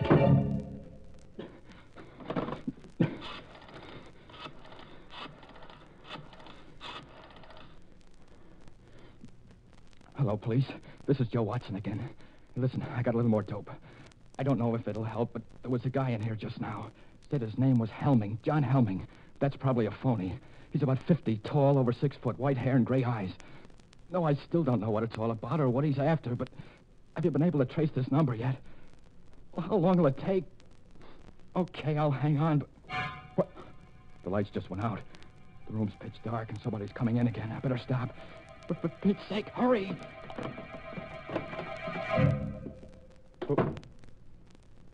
Who's that? Who just came in? Who are you? A girl. Keep away from me. Keep away, do you hear? Keep away. What's the angle now? Angle? Why did you bring me here? Wait a minute. You mean he put the snatch on you, too? When I was on my way home, chloroform or something. And the next thing I knew... Why are you pretending? You're in on it, too. You must be. It's a trap. It's a trap, all right. But I'm not in on it. I'm in it, along with you. My name is Watson, Joe Watson. I'm Betty Grant. You swear? I swear. What would I lie about it for? I wonder why he put you in here. Put us together. Who is he? What's he going to do? I don't know. He said something about an experiment. An experiment in fear, but... Hey, listen, we've got to get out of here somehow, some way. He might be listening. Very astute, my dear. Of course I'm listening. What the... Where are you? Right here in the dark. I've been here all the time. Why, you... No, Joe, don't. He must want you to go for him. He's probably got a gun. Right again, my dear. Not that I'll need it. This is stage 2 of the experiment. A new stimulus to action has been introduced. Man against the unknown has become man and woman against the unknown. Look, let's get down to brass tacks. Be sensible about this. Thank you, Joe. That's why I won't need my gun. This new stimulus has been negated by an increased sense of responsibility. Responsibility towards the girl, and therefore by increased fear. Blast you, gun or no gun, if I get my hands on you! Where are you? Where are you? Outside now, so you can relax. That was the final stimulus in this stage. Injured pride. The discovery that I could read your innermost thoughts and knew exactly what you were going to do. But you mustn't let that bother you. I already know everything you're going to do from now on. Till the end. Listen, you! Helming! Helming! He's gone. Joe. I know. Hold on, baby. Don't let it get you. There must be a way, some way. You suppose he's still listening? It's hard to say. But I'm going to take a chance. There's one thing he didn't figure on. A telephone. Here? Yes. If I can find it again in the dark. It was over on the... Here it is. I put through 2 calls already to the police. Told them what was happening and asked them to get me out of here. I had to hang up both times before they could trace the call and get this number, but this time... Hello. Hello, operator. What? No, this isn't the operator. You're on a busy wire. It doesn't matter. Thank heaven I got somebody. I've been trying for about 10 minutes now. Hey, look, get off the line, will you? I've got to get through to the police. It's terribly important. But you've got to help me. You've got to. My name's Ben Lazarian. I'm a prisoner someplace. I don't know where. You what? It's true. A strange house somewhere. A doctor who says his name is Helming. What? What are you laughing at? Joe, what is it? What is it? I haven't got headquarters. I've got a guy that... I'm sorry, Ben. It's no use. What do you mean? We're in the same boat you are. A girl named Betty Grant and myself. Helming's got us locked up, too. You too? Yeah. He said he knew everything we were thinking, everything we were going to do. I did get through to the police before, but I guess he caught wise. We're talking to each other over an inside line. Ben? Yeah. We're through. No. Joe, don't say that. Don't even think it. Look, ask him exactly where he is. Just where are you, Ben? Do you know? It's hard to say. I was out cold when he brought me here. It's a kind of a hall, a passageway. Cement floor, ceiling, stone walls. There doesn't seem to be any door or opening or anything like that. That's what I thought here, too. But there must be one, or how would he have gotten you in there? Hey, listen, start looking. See if you can find it. That's true. I never thought of that. If I do find the door and it opens into where you are... That's right, 3 of us together. We'll surely be able to figure something out then. Hold on. I'll start pounding on the walls. You see if you hear anything. Go ahead. What's he doing? He's going to knock on the walls to see if he's anywhere near us. And if he is, if he can find a door, we can get together. Hear anything? I'm not sure. Maybe. I'm not sure either. Sounds awful far away, is it? There, listen. That wall right there. Hello. Hello, Ben. Yes? We heard you. You're right next to us. Now, Ben, you listen, and Betty will knock back. Go ahead, Betty. That way, Ben, you'll be able to tell just which wall it is. Okay. Right. I hear it. I know where it is. Now to find the door, if there is one. Hold on. He's got it. He's going to see if there's a door. There must be one. There must be. Ben. And... Ben. Ben. Hello. What is it? I don't know. Thought I heard A moan. Joe! Look. There is a door. It's opening. It's open. Dr. Helming. Why, yes. Were you expecting someone?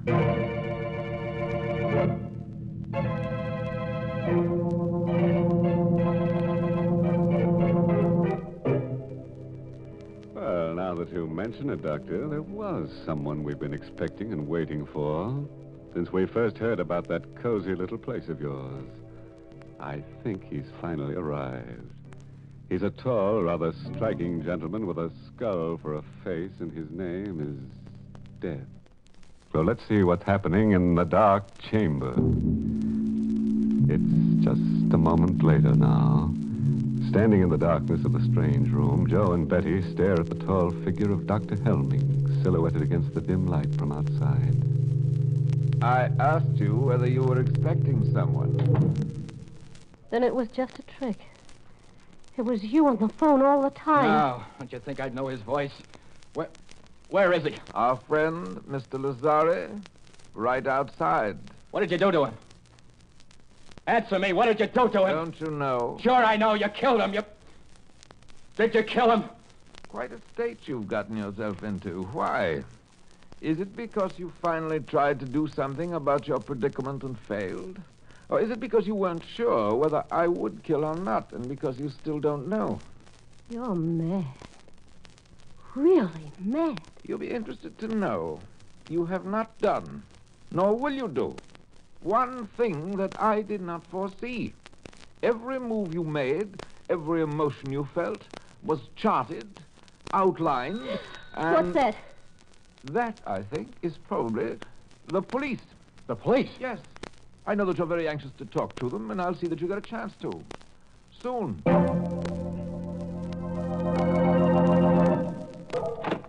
Good evening, officer.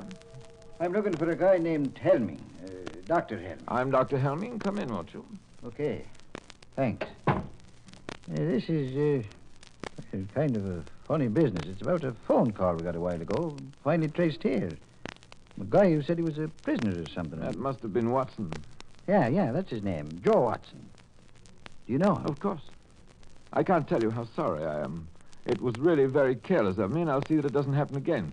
What do you mean? If you did any investigating, which I'm sure you did, then you know that I don't run a sanitarium exactly, but I do take a few patients. Mental cases for treatment. Ah, so that's it. A nurse, eh? I wish you wouldn't say that. Watson's case is particularly interesting. A 4F who wasn't able to enlist, and he developed a persecution mania. Thinks that everyone is down on him, eh? Not everyone, exactly. His present fantasy is that he's an ex-GI and that I'm keeping him prisoner. Sure sounds plenty tough. Well, I guess I'll run along. I'm sorry I bothered Don't you want to see them first, officer? Talk to them? There's no need of that, Doctor. We get calls from cranks every day. We always investigate a cause. But I insist. After all, you only have my word for it. There's just one thing I'd like to caution you about. Sure, I know. I'll play along. Humor them. Splendid. Right in here. It's quite a room. Joe, look. It's a cop, and that means... Then you did get my message. Sure, Joe. Took a little time to trace the call, but everything's okay. Oh, thank heaven. It was such a screwy story, I was afraid that... Hey, wait a minute. Then why is he standing there like that? Why haven't you got the bracelets on him? Dr. Helming? No need for any rough stuff. He said he'd come along quietly. What? You're lying. I don't know why, but there's something wrong here. Something... I know. You think we made the whole thing up. That we're crazy. No. It's true. He told you we were, and you believed him. Of course not. Look, I'm... Stop it, will you? Stop saying that. Oh, if I could only prove it somehow. Show you. I know. Lazare. Joe. Murder. That'll open your eyes. Somewhere in that wall is a door. Make him open it. Show you what's behind it. I think maybe I'd better be going, Doc. But there is a door there, officer. Just a second. I'll open it for you. Here we are. Joe. Body. It's gone. These doctors are always hiding the bodies. If it turns up again later, give us another ring, huh? Maybe I shouldn't have said that. Can I go out this way, Doc? down to the end of the corridor, then to your right. I'm sorry I gave you all this trouble. Perfectly all right. Thank you for being so understanding. Quite all right. Goodbye. Goodbye, Doc. Well, children? Don't look that way, Joe. Don't. I know what you're thinking, and it's not true. We're not crazy. There was a body there. Of course. You hid it when you went out to let the cop in. And the telephone. You left that here purposely. Wanted me to use it. Get the police here. Obviously. I told you that this was to be an experiment in fear. What I didn't tell you was that, in a sense, I was one of the subjects, too. It was important for me to learn how I would function under pressure. And speaking objectively, I think I did rather well. Don't you?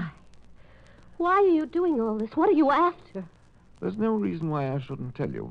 If anyone truly understands the nature of fear, is able accurately to forecast the actions and reactions of an individual, then he can use fear as a weapon. Society will react as the individual reacts. You see, society doesn't want to believe that anything can menace it. Doesn't want to take action to protect itself, any more than the individual does. This was something that Hitler and Mussolini understood intuitively. I understand it scientifically. They failed, but I shall succeed. You mean that you... I'm afraid that's all I have time for. As far as you two are concerned, the experiment is finished. Completely finished. I have a few arrangements to take care of, and then, well, make the best of these last few minutes, for they will be your last.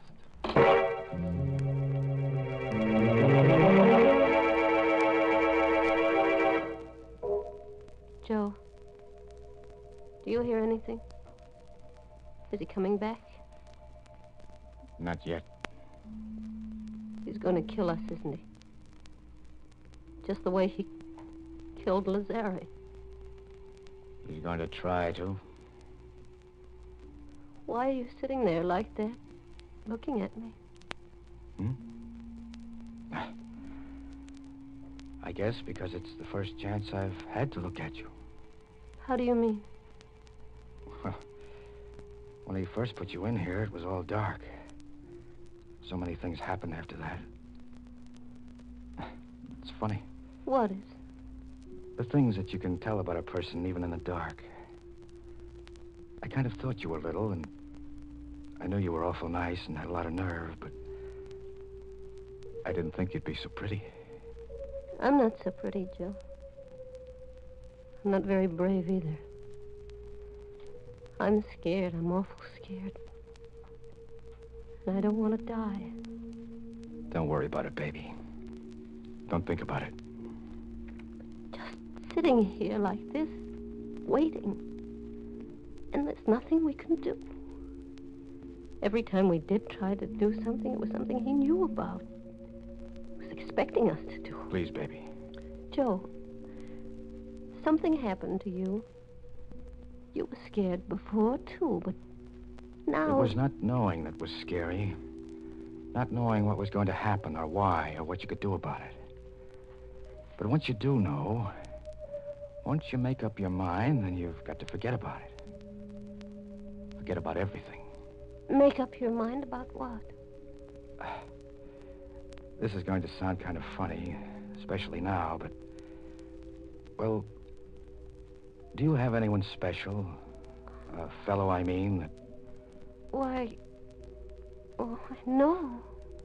That's good. I mean... Well, gee, it's a shame we never met before. If we had, we wouldn't be here now. I mean, we probably would have been out together someplace, and... What time do you get through work, usually? About 6. The store closes at 5:30, but... Me too. I could have picked you up at about 6. Joe, I hear something. He's coming. Yeah. Okay, get up.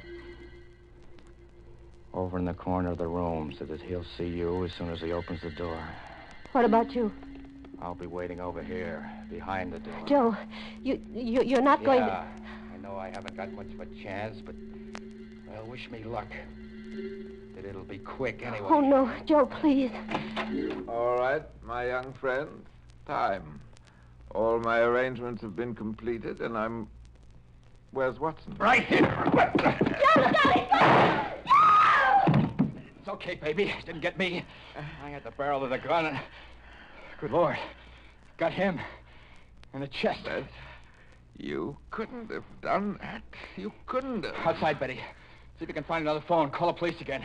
And this time, tell them to bring an ambulance. But you couldn't have done it. It was all plotted, graphed, and worked out in detail. I knew just what you were going to do, how you would react. By this time, you were to be in a state of complete frustration, resigned, ready to die. Why did you do it? Why? I don't know. Now just take it But easy. I've got to know. You've got to tell me. Was it because of the girl?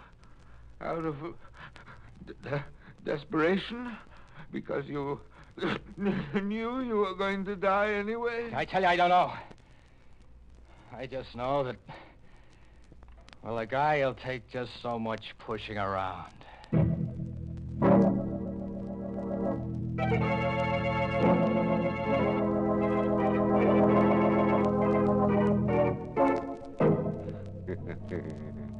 Pushing around, eh? Well, it sounds to me as if one of our characters is going to get a lot of pushing around at the end of a pitchfork and in a very warm climate. Yes, good old Helming's finished. He's got to be if we're to have at least 2 corpses, the inner sanctum minimum. Oh, you think that's a little arbitrary? Not at all. We've got to have at least 2 corpses to play our theme song, When a Body Meets a Body. Well, creeps, now you know what we meant when we said that Robert Newman's story was one of the best plays Mystery Playhouse has had the pleasure of presenting in some time. Hope you liked it. The title of the story, in case you've forgotten, was The Dark Chamber. But now it's time to close the doors of the Mystery Playhouse, so until next time, this is PFCX reminding you to sleep tight. Good night.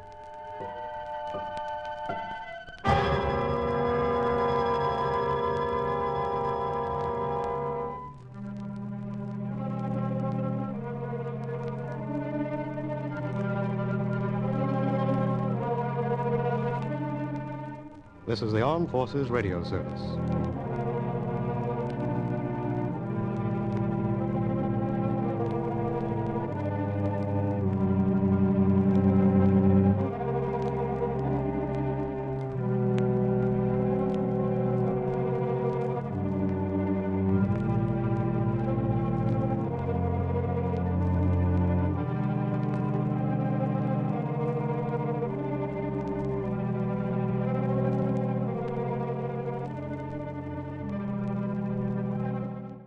Are you feeling the chills creeping up your spine? Stay tuned for more spine-tingling tales. But if you dare to experience real-life thrills, click on the link in the description. Prepare to be whisked away on a heart-pounding journey through the bustling streets of Rio de Janeiro's favelas. Experience the sights and sounds firsthand as an American driver navigates and narrates the vibrant chaos. Don't just listen to the scares, live them. Click the link below for an adrenaline rush like no other. But beware, what you see may haunt you forever.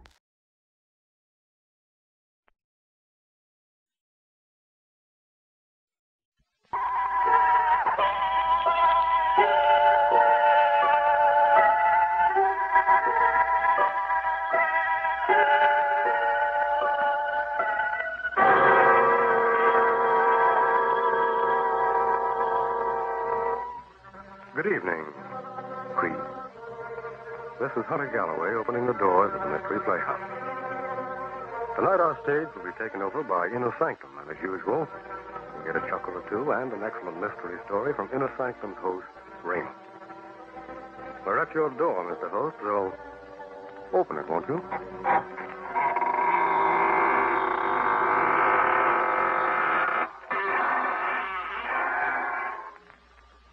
Good evening, friends of the Inner Sanctum. Welcome. Come right in. There's room enough for everybody. As a matter of fact, the more bodies, the better. Don't be surprised by the gloom. It's our new paint job. In black, so the bloodstains won't show. And now, friends, draw up your chairs. Dim the lights and listen to a story designed to freeze the spine and set the teeth on edge. It was written by Michael Sklar and Richard Manoff, and it's called The Confession. And our star is Santos Ortega, who plays the role of Alex.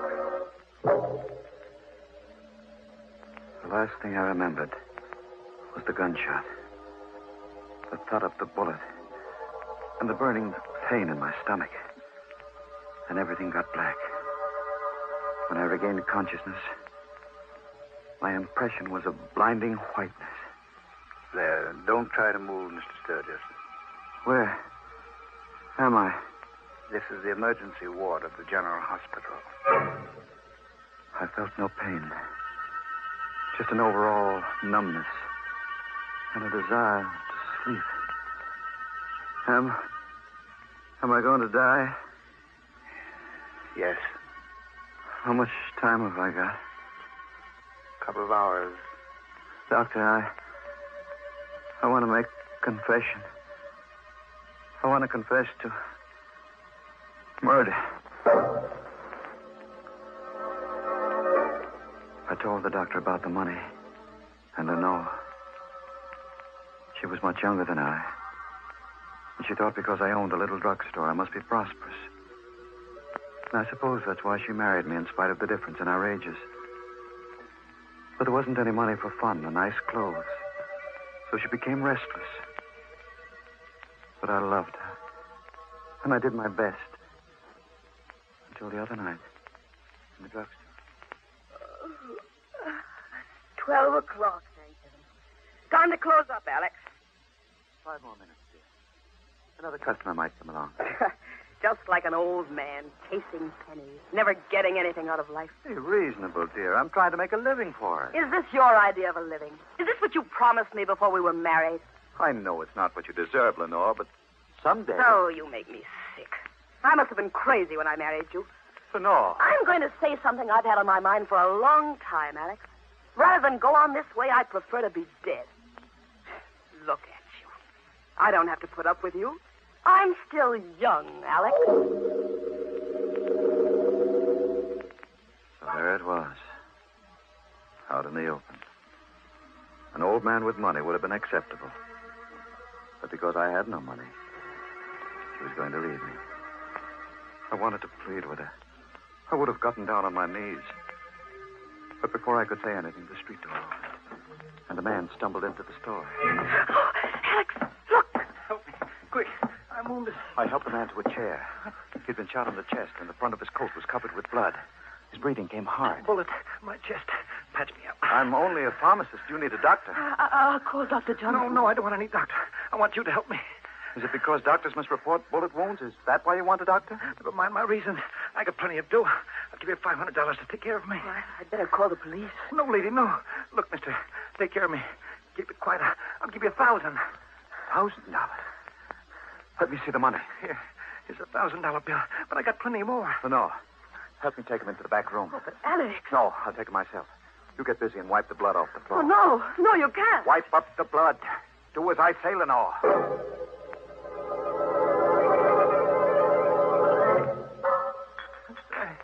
What's taking you so long? I'm looking for a certain medicine among these bottles. Give me something to stop the bleeding.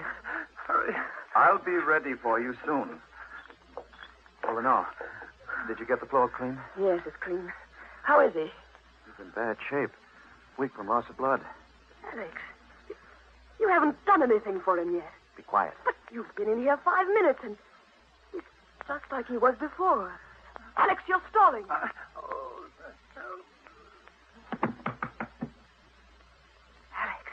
Let him lay there. But he's dying. I know. Alex, call the police. No. Are you going to let him die?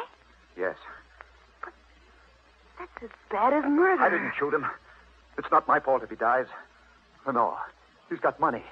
Thousands of dollars. No one knows he came here. This is our chance, Lenore. What do you mean? I'm going to let him die. Take his money, and then get rid of his body.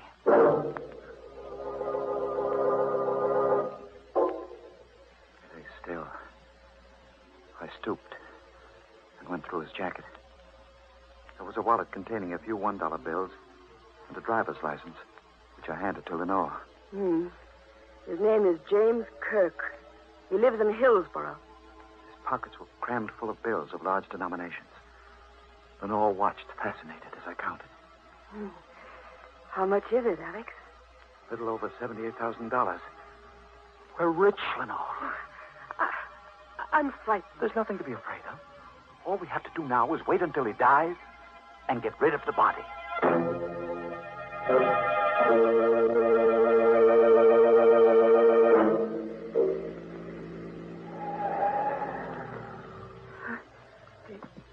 Do you need me to help you? No, I can manage alone. This body's heavy.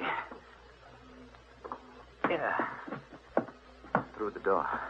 Oh, Alex, he's still alive. Yes. Well, what are you going to do now? It's dangerous to wait here until he dies. Anyway, what difference does it make?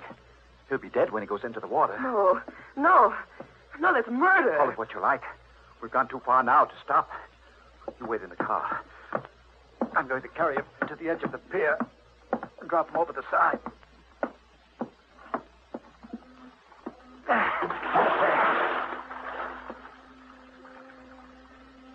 He's gone.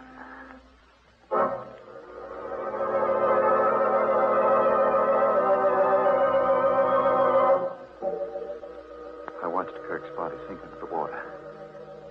I knew the current in the bay would carry it out to sea. One doesn't picture a middle-aged druggist committing a perfect crime. But I felt sure that I had done it. For I had Kirk's money, and it seemed that no one could connect his death to me. I rejoined Lenore in the car, started for home. After I'd driven for a few minutes, I noticed she was strangely quiet. What's the matter, dear? Nothing. Nothing at all. Something's troubling you. What is it? Nothing. You act as though you're afraid of me. No. You are afraid of me. Lenore, why? I never saw you act this way before. Something's happened to you. You're different. Oh, nonsense. Don't you feel it, Alex? You're a murderer. Lenore. You wouldn't even wait until he was dead. Listen to me, Lenore. Whatever I did for your sake. I wanted the money for you, so you could be happy. Oh, how can I be happy with this thing hanging over us?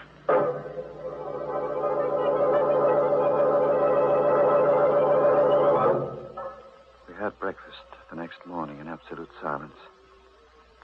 Then Lenore went to open the store, while I wrapped the money in a parcel, took it to the bank, placed it in my box in the safe deposit vault.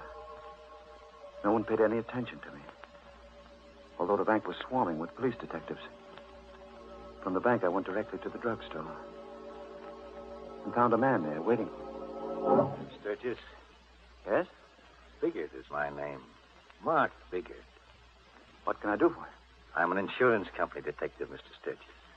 I'm investigating the First National Bank robbery for my company. I want you to tell me everything you know about that robbery.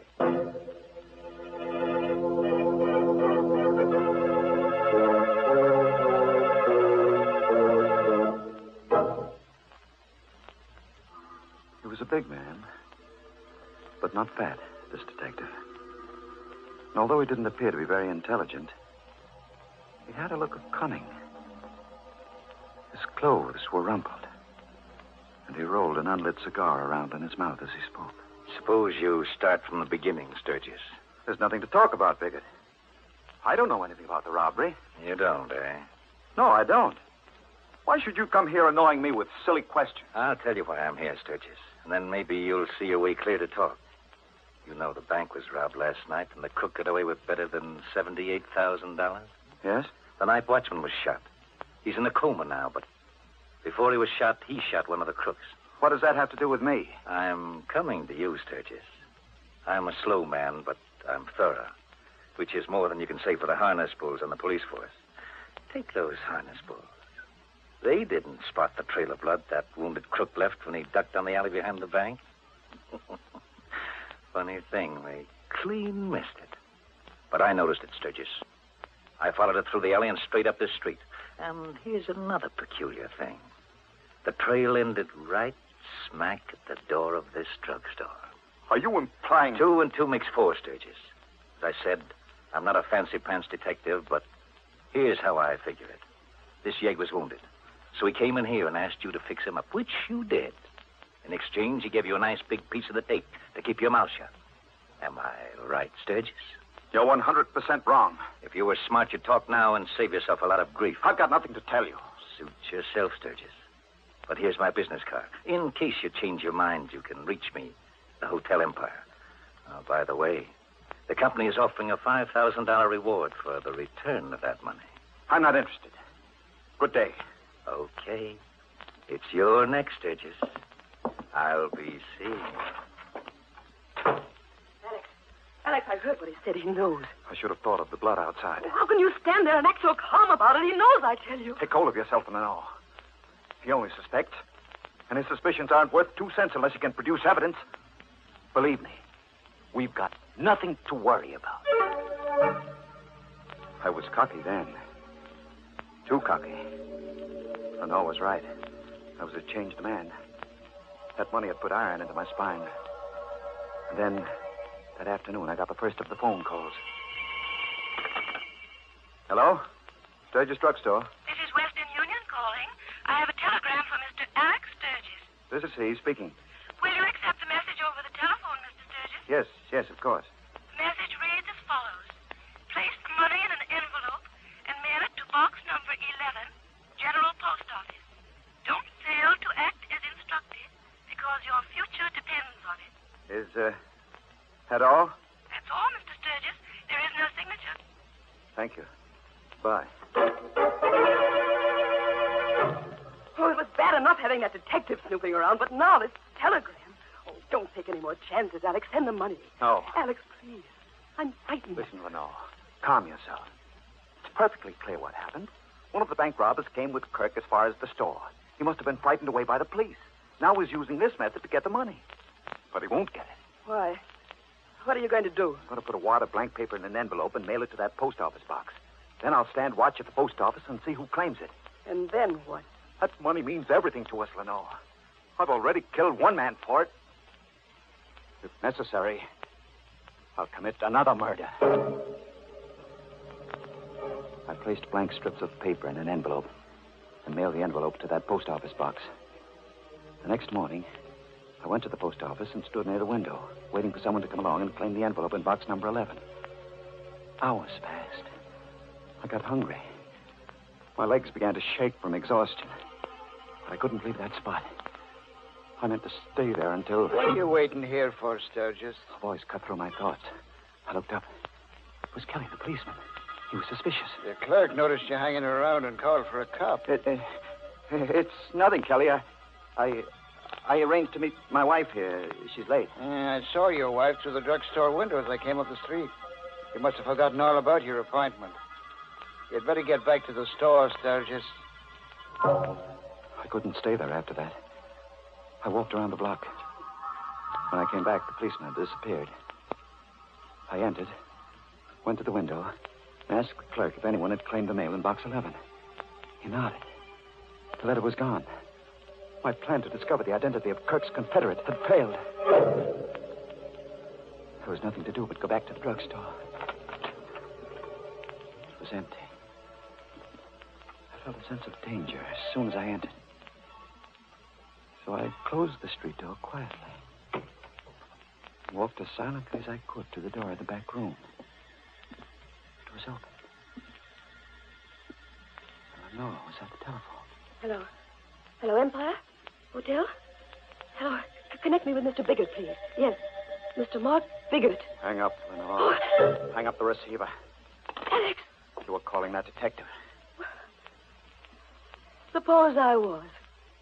What of it? You were going to tell him about the money. You were going to double-cross me for the reward. You're so smart, Alex. What are you going to do about it? Lenore, don't you understand? I don't want the money for myself. I took it for you, to give you the things that will make you happy. Big-hearted, unselfish Alex. What are you laughing at? I'll tell you why you took that money, Alex.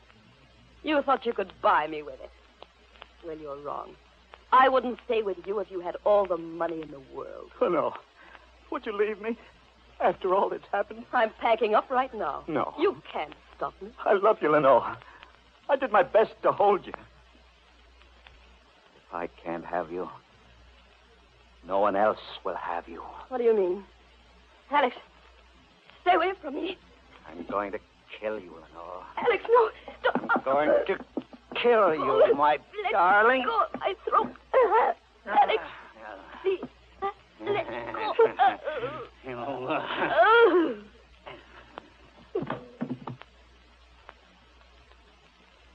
She's dead. All men kill the thing they love. And I've killed you, Lenore. I felt empty, drained of all emotion. I buried her body in the cellar of the drugstore. I was even a bit glad that it ended in this fashion. For now, Lenore would be with me forever. Did I say it was ended? I was wrong. I found no peace. For the very next morning, Biggett came to the drugstore. Good morning, Sturgis. Nice morning, isn't it? What do you want?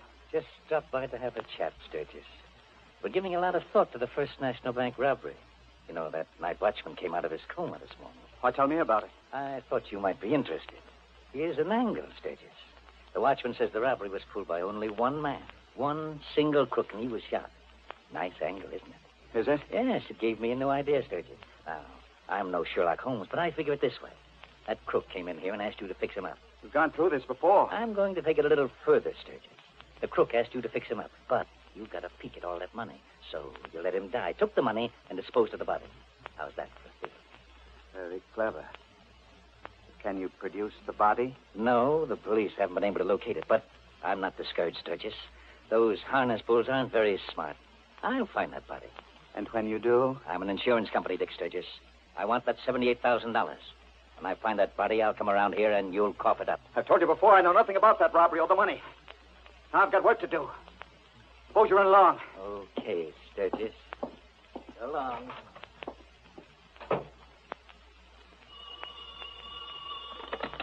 Hello. Sturgis Drugstore. Western Union calling. I have a telegram from Mr. Alex Sturgis. This is he speaking. Read it to me, please. The message reads as follows. Received your letter. Contents not what requested. Suggest you obey instructions. Same box number and post office. This is final. Is there a signature? No, sir. Is no signature, Mr. Sturgis. I hung up. My head was reeling. Out of the confusion in my mind, one thought emerged. The night watchman had said Kirk had no Confederates in the bank robbery. Therefore, the person sending me the telegram must be Kirk. The salt water of the bay must have revived him. Kirk was still alive. I found Kirk's wallet on a shelf where Lenore had placed it the night all this began. From the driver's license, I copied his home address. I waited till after midnight and drove to Hillsborough, where I found Kirk's apartment in an old tenement building. The door was unlocked. I drew out my gun and entered. I meant to kill Kirk.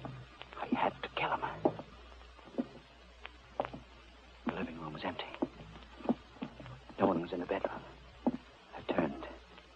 Walked back to the living room. Drop that gun, Sturgis. Biggett, drop the gun, quick. I'm not taking any chances with you. How did you know? How did I know you were going to come here, Sturgis? Sit down in that chair by the table and I'll tell you. You sent the telegram? Yes, I sent them. You got me to think that Kirk was still alive. That's right. And you followed me here. You trailed me. It's all clear now, isn't it, Sturgis? You take 2 and 2 and add it up, and it comes out 4. Now, where's the money?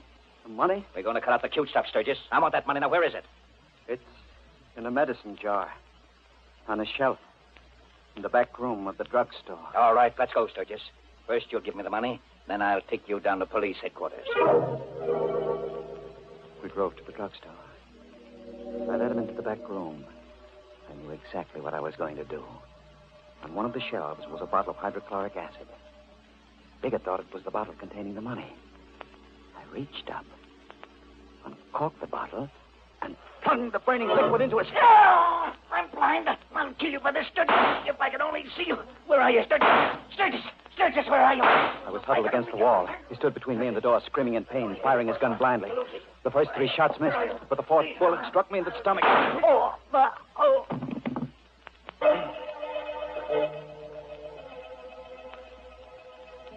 The last thing I remember is Bigot running out of that room, shouting for help. I lost consciousness soon after. When I came to, I found myself here in this hospital. You know the rest of the story, Doctor. That's your confession, eh? That's my confession. Did you get all that down on paper, Mr. Biggert? Got every word of it, Doctor. Bigot, how did you get here? I thought hydrochloric acid. You thought you blinded me permanently, but not enough of the stuff get into my eyes to do any real damage.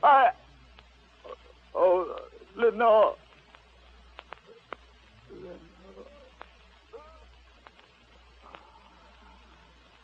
He's dead, Biggert. I've seen a lot of funny cases in my time, Doc, but this beats them all. He's a man who commits murder to get a lot of stolen money for his wife. Then he kills his wife. And finally, he gets killed himself. And the money? The money is safe and sound in the bank safe deposit vault.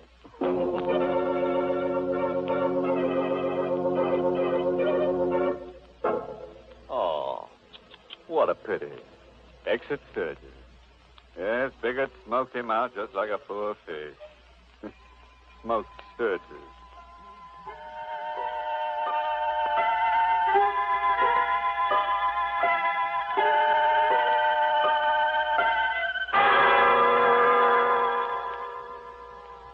Well, thank you, Mr. Host, for a very enjoyable performance of The Confession, tonight's Mystery Playhouse presentation. We'll be hearing from you again in the near future. Creeps, until next time, this is Hunter Galloway closing the doors of the Mystery Playhouse and reminding you to sleep tight. Good night.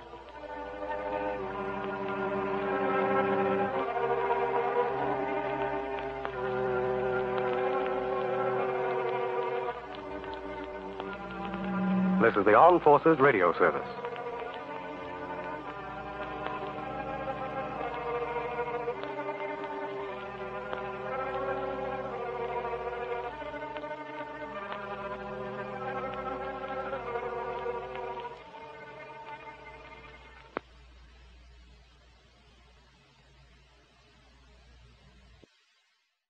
Are you feeling the chills creeping up your spine? Stay tuned for more spine-tingling tales. But if you dare to experience real-life thrills, click on the link in the description. Prepare to be whisked away on a heart-pounding journey through the bustling streets of Rio de Janeiro's favelas. Experience the sights and sounds firsthand as an American driver navigates and narrates the vibrant chaos. Don't just listen to the scares, live them. Click the link below for an adrenaline rush like no other. But beware, what you see may haunt you forever.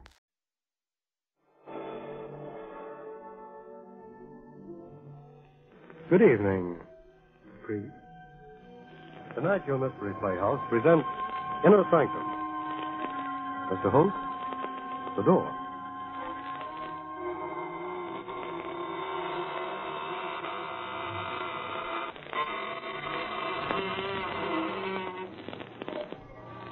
Good evening, friends of the Inner Sanctum.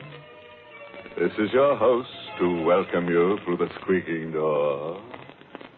What's that? You're scared.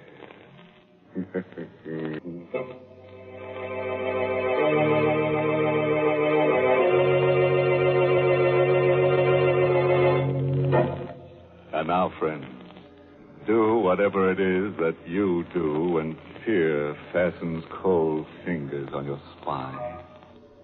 A cigarette, perhaps, or a handkerchief to twist? Anything to brace you against tonight's tale of horror. It's an original radio play written especially for Inner Sanctum by Michael Sklar and called Death is a Double Crosser. Our star tonight is Lawson Zerby, who plays the part of Harry Smith, murderer. I looked at the blood-splattered mallet, still gripped in my hand, then down at Marie's body. It was like coming out of a bad dream, only to go into a nightmare. Instead of using a mallet to cut the King Midas diamond, I'd used it to murder my wife. And the big diamond was still in the vise, still sparkling in the light of the work lamp, still tormenting me with the glow of its inner fires. The thing was evil. Anderson had warned me. Does the diamond frighten you, Harry? No wonder. The story of great diamonds is a history of intrigue, violence, murder. Anderson was right. My luck had been all bad ever since I came to his house. It was one of those old New York brownstones, big enough for several families, but only 2 people were living there when I came. Anderson and my wife. Marie was working as his housekeeper, and she gave me the layout. He's about 70 years old, Harry. He lives all alone here. It's perfect for you. No family? No wife, no children, no friends. He never goes out except on business, and no one ever comes to see him. Sounds good to me, Marie. Good. It's perfect. I'll tell him you just got out of the Army. He won't ask questions. He'll never find out you were in prison. What does he do for a living? He's a diamond cutter. A diamond cutter? You don't say. He was famous once. Diamonds. He doesn't cut little ones, Harry. Only the great big diamonds worth thousands of dollars.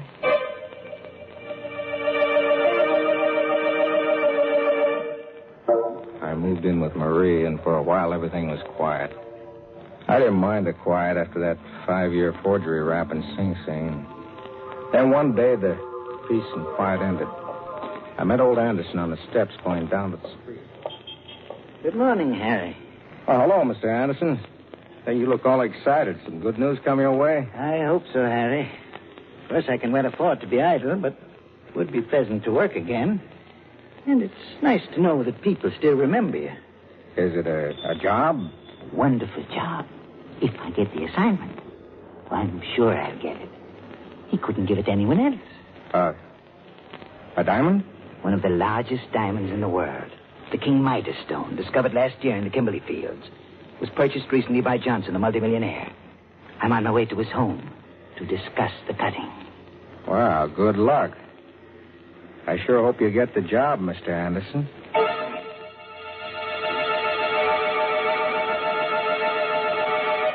The next afternoon, Anderson invited me up to his workroom. On the bench was a square of black velvet covered by a white cloth. Something big was underneath that cloth. Anderson lifted it, and for the first time I saw the King Midas diamond. What do you think of it, Harry? For a second, I couldn't talk. The blood was pumping too fast. 215 carats. When I'm finished cutting, it'll be reduced to 125. How much will it be worth? Diamond like that? You could get $100,000. And no questions asked. It's funny. It's kind of oily on the surface, but down inside it gleams like it's on fire. Does it frighten you? Yeah. Stone like that does things to me. The story of great diamonds is a history of intrigue, violence, murder. You said something about cutting it.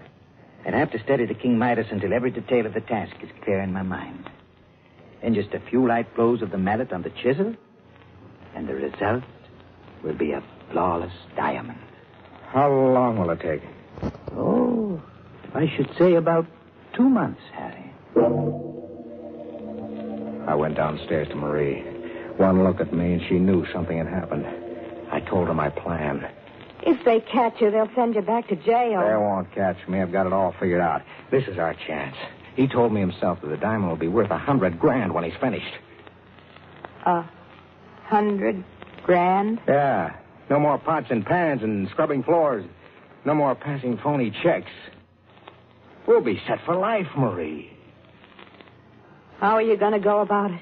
I'll wait until he's finished cutting the diamond. How will you know when he's finished? You'd have to know the exact time. If you waited too long, he might turn it over to the owner, Mr. Johnson. Then where would you be? Don't worry. I've got that figured out, too.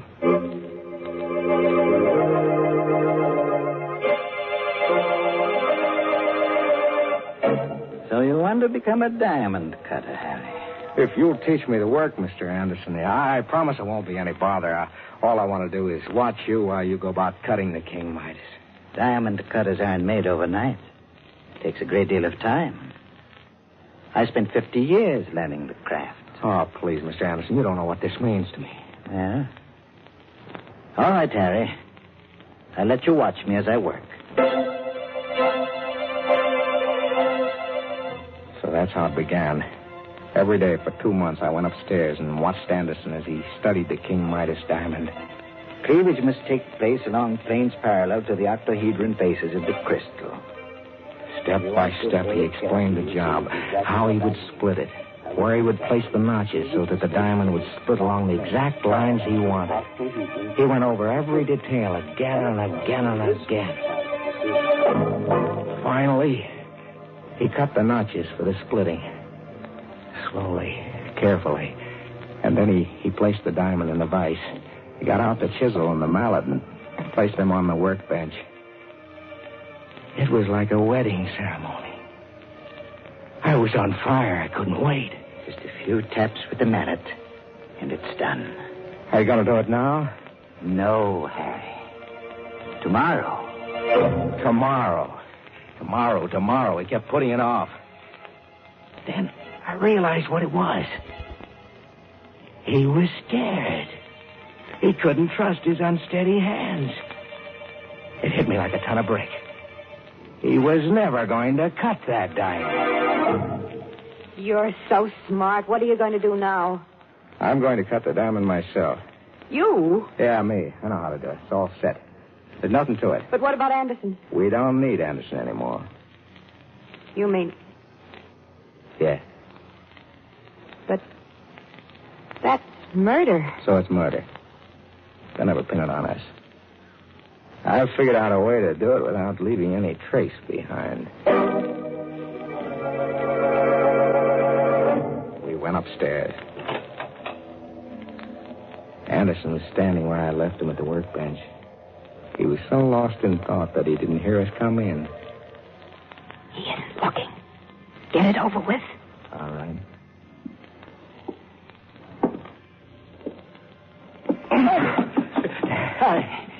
Let go of me. I don't like to do this, Mr. Anderson, honest. Murray, stop it. It's no use, Mr. Anderson. I don't.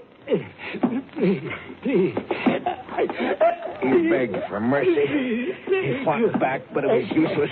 I had a firm grip on his neck with both hands, and he was an old man. I squeezed tighter and tighter till his voice was cut off. His body stopped thrashing around. I held him like that a couple of seconds more for good measure.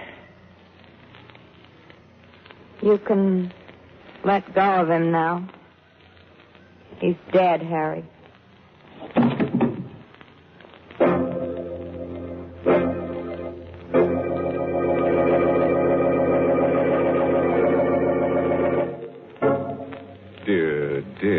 Dear. Imagine that. Cold-blooded murder. Killing a harmless old man like Mr. Anderson, choking him to death. Doesn't that slay you? And all because of a piece of ice. Why, it makes me hot under the collar. And that cool cucumber, Harry Smith. I'll bet he gets so hot that he'll burn before he's through.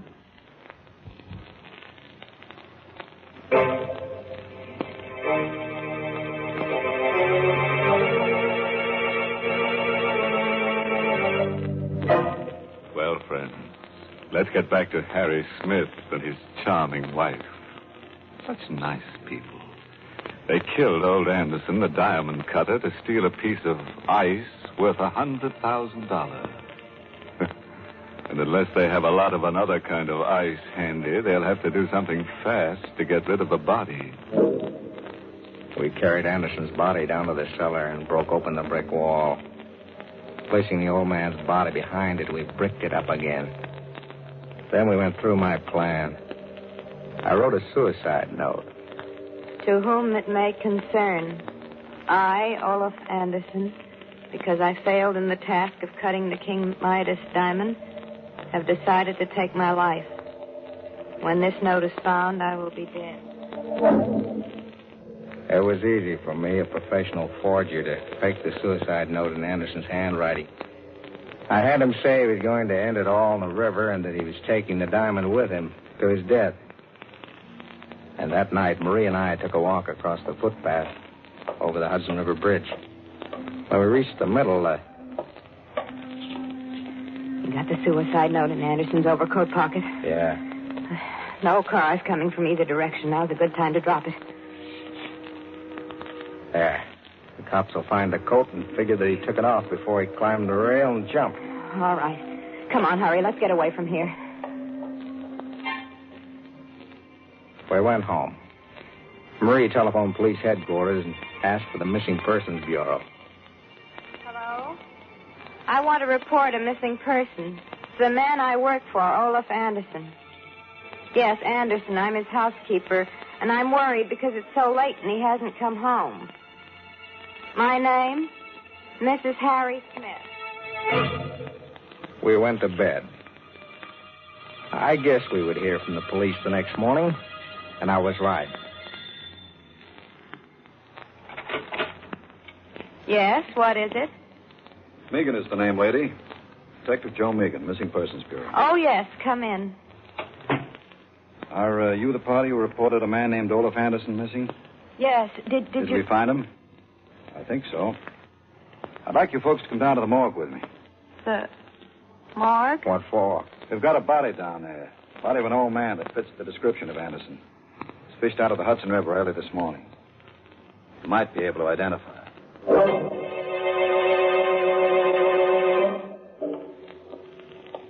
Here we are, folks. Before I lift the sheet on this slab, I ought to warn you. This stiff ain't exactly pretty. We can stand a little shock, Megan. Well, I just thought the lady... I'm all right. Okay, then. Well, you recognize him? His face is gone like he went through a meat chopper. Most of his clothes were gone, too, when we got him. Poor guy must have got caught in the propeller of a passing ship. Marie, it's Mr. Anderson. Harry. Don't you recognize the pants? They're from that old suit he always used to wear. Oh, yes. Yes, you're right. So you can identify him, eh? I'm sure that's Mr. Anderson. Well, I guess that closes the case. Suicide. Body recovered. And a great big hunk of diamond at the bottom of the Hudson River.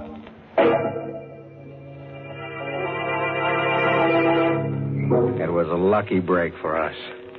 We were in the clear, and the King Midas diamond was ours. We went back to the house. I took the diamond up to the workroom, and I placed it in a vise. I got out the mallet and the chisel. I thought it would be easy to cut the stone. Until I tried.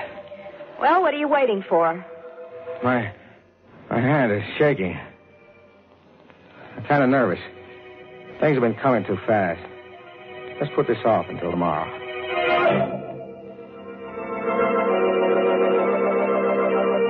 I know I said I'd do it tonight, but... But what? I don't feel so well tonight, Marie. You're lying. How long are you going to keep this up? I take it easy. You said you knew how to do it. I do. Well, then cut it. For heaven's sakes, get it over with. Don't rush me. If I make a mistake, it'll cost us $100,000. You've been putting it off for 3 days now, Harry. First this and then that. There's always something. You've always got a reason for not cutting that diamond. Now, listen, Marie, I've got to be careful. Knowing how to cut the diamond is one thing. Doing it is another. You're scared. That's what's the matter with you. Don't say that. You're frightened. Look at your hands. See how they shake. Well, you can hardly hold the mallet and chisel. You're as bad as Anderson was. She was right. My hands were shaky, just like Anderson's before I killed him. I tried for control. I told myself the diamond was nothing but a chunk of carbon crystal. I placed the chisel against the stone. I raised the mallet. But I couldn't bring it down. Now, what are you waiting for? I don't know how hard to strike. A gentle blow. That's what you said Anderson told you. I I can't do it. You can't do it. Of course you can. Don't be a stupid fool. There's nothing to it. She went wild. She began to shake my arm and scream at me. But her voice seemed to come from a distance. I kept staring at that diamond as though I were hypnotized. My throat was dry as dust. I was dizzy. Pinpoints of fire shot across my eyes. The diamond was doing things to me, and it was driving Marie crazy. Suddenly, I couldn't stand it. Her voice snapped something in my mind. You fool, you stupid idiot. Don't stand there like a silly fool. Shut up. Don't you dare shout at me. Shut up. I've had all I can take from you. Why, of all the nerve, you... Harry, put down that mallet. Stay away from me. I didn't mean those things I said. Take as much time as you like. Don't. Harry! Marie.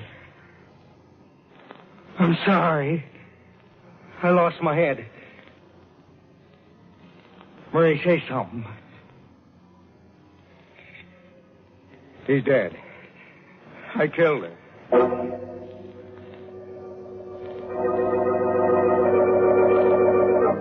I took her body down to the cellar, reopened the wall, placed her body with Anderson's. I'd hardly finished putting the bricks back into place when the front doorbell rang.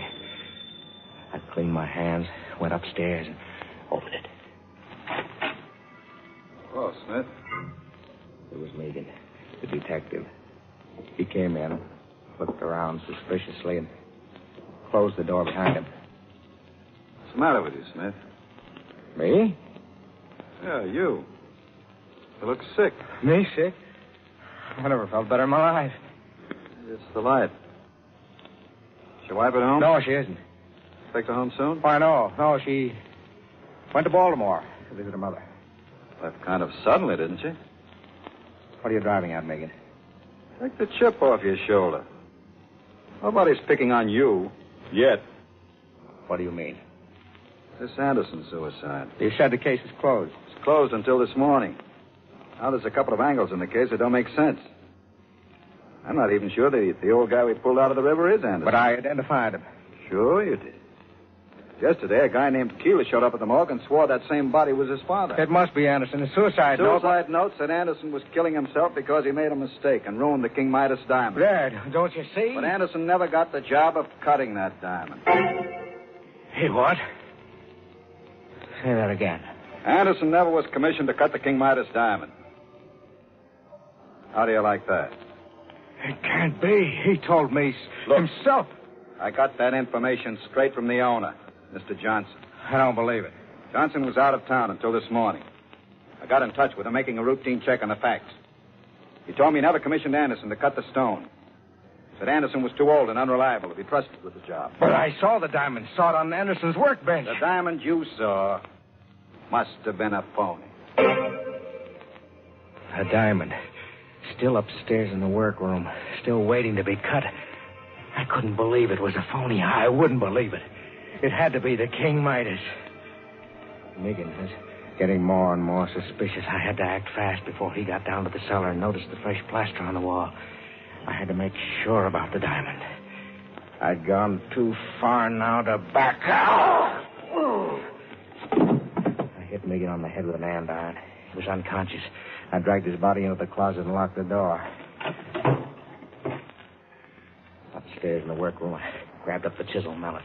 No time to think now, no time to be frightened. I had to know if that diamond was the King Midas. I put the edge of the chisel to one of the cleaving grooves and struck with the mallet. It chips like glass. Yeah. It is glass. Megan was right. I went through all this for nothing.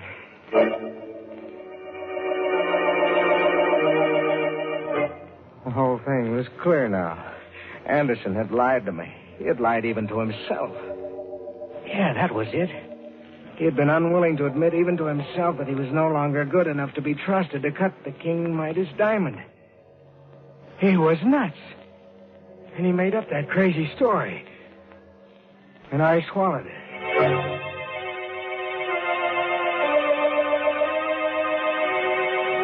There was one thing left to do. I had to get away.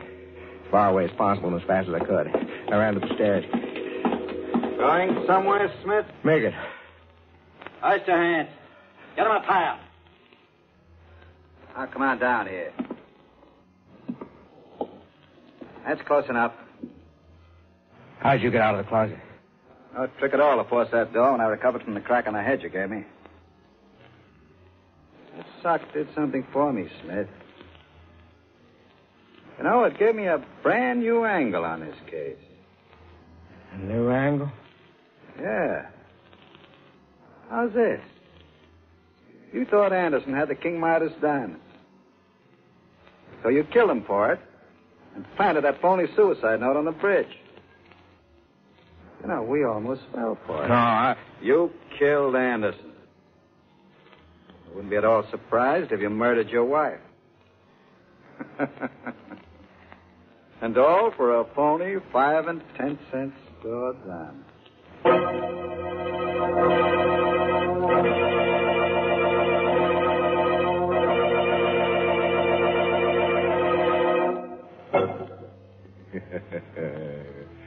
Poor Harry Smith. What a life. A Smith caught between the hammer and the anvil. You know, he never should have lost his head and murdered his wife. No, because now it looks as though he's going to have to lose the rest of him. Yes, right now, Harry is really harried.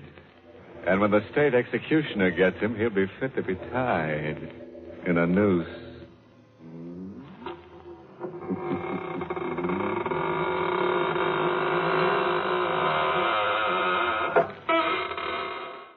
Thanks for watching. Join us next week for more spine-tingling tales. Subscribe and click on the notification bell to be warned about more episodes like this. Click on the link in the description to be whisked away on a heart-pounding journey through the bustling streets of Rio's favelas. Experience the sights and sounds firsthand as an American driver navigates and narrates the vibrant chaos. Don't just listen to the scares, live them. Click the link below for an adrenaline rush like no other. But beware, what you see may haunt you forever.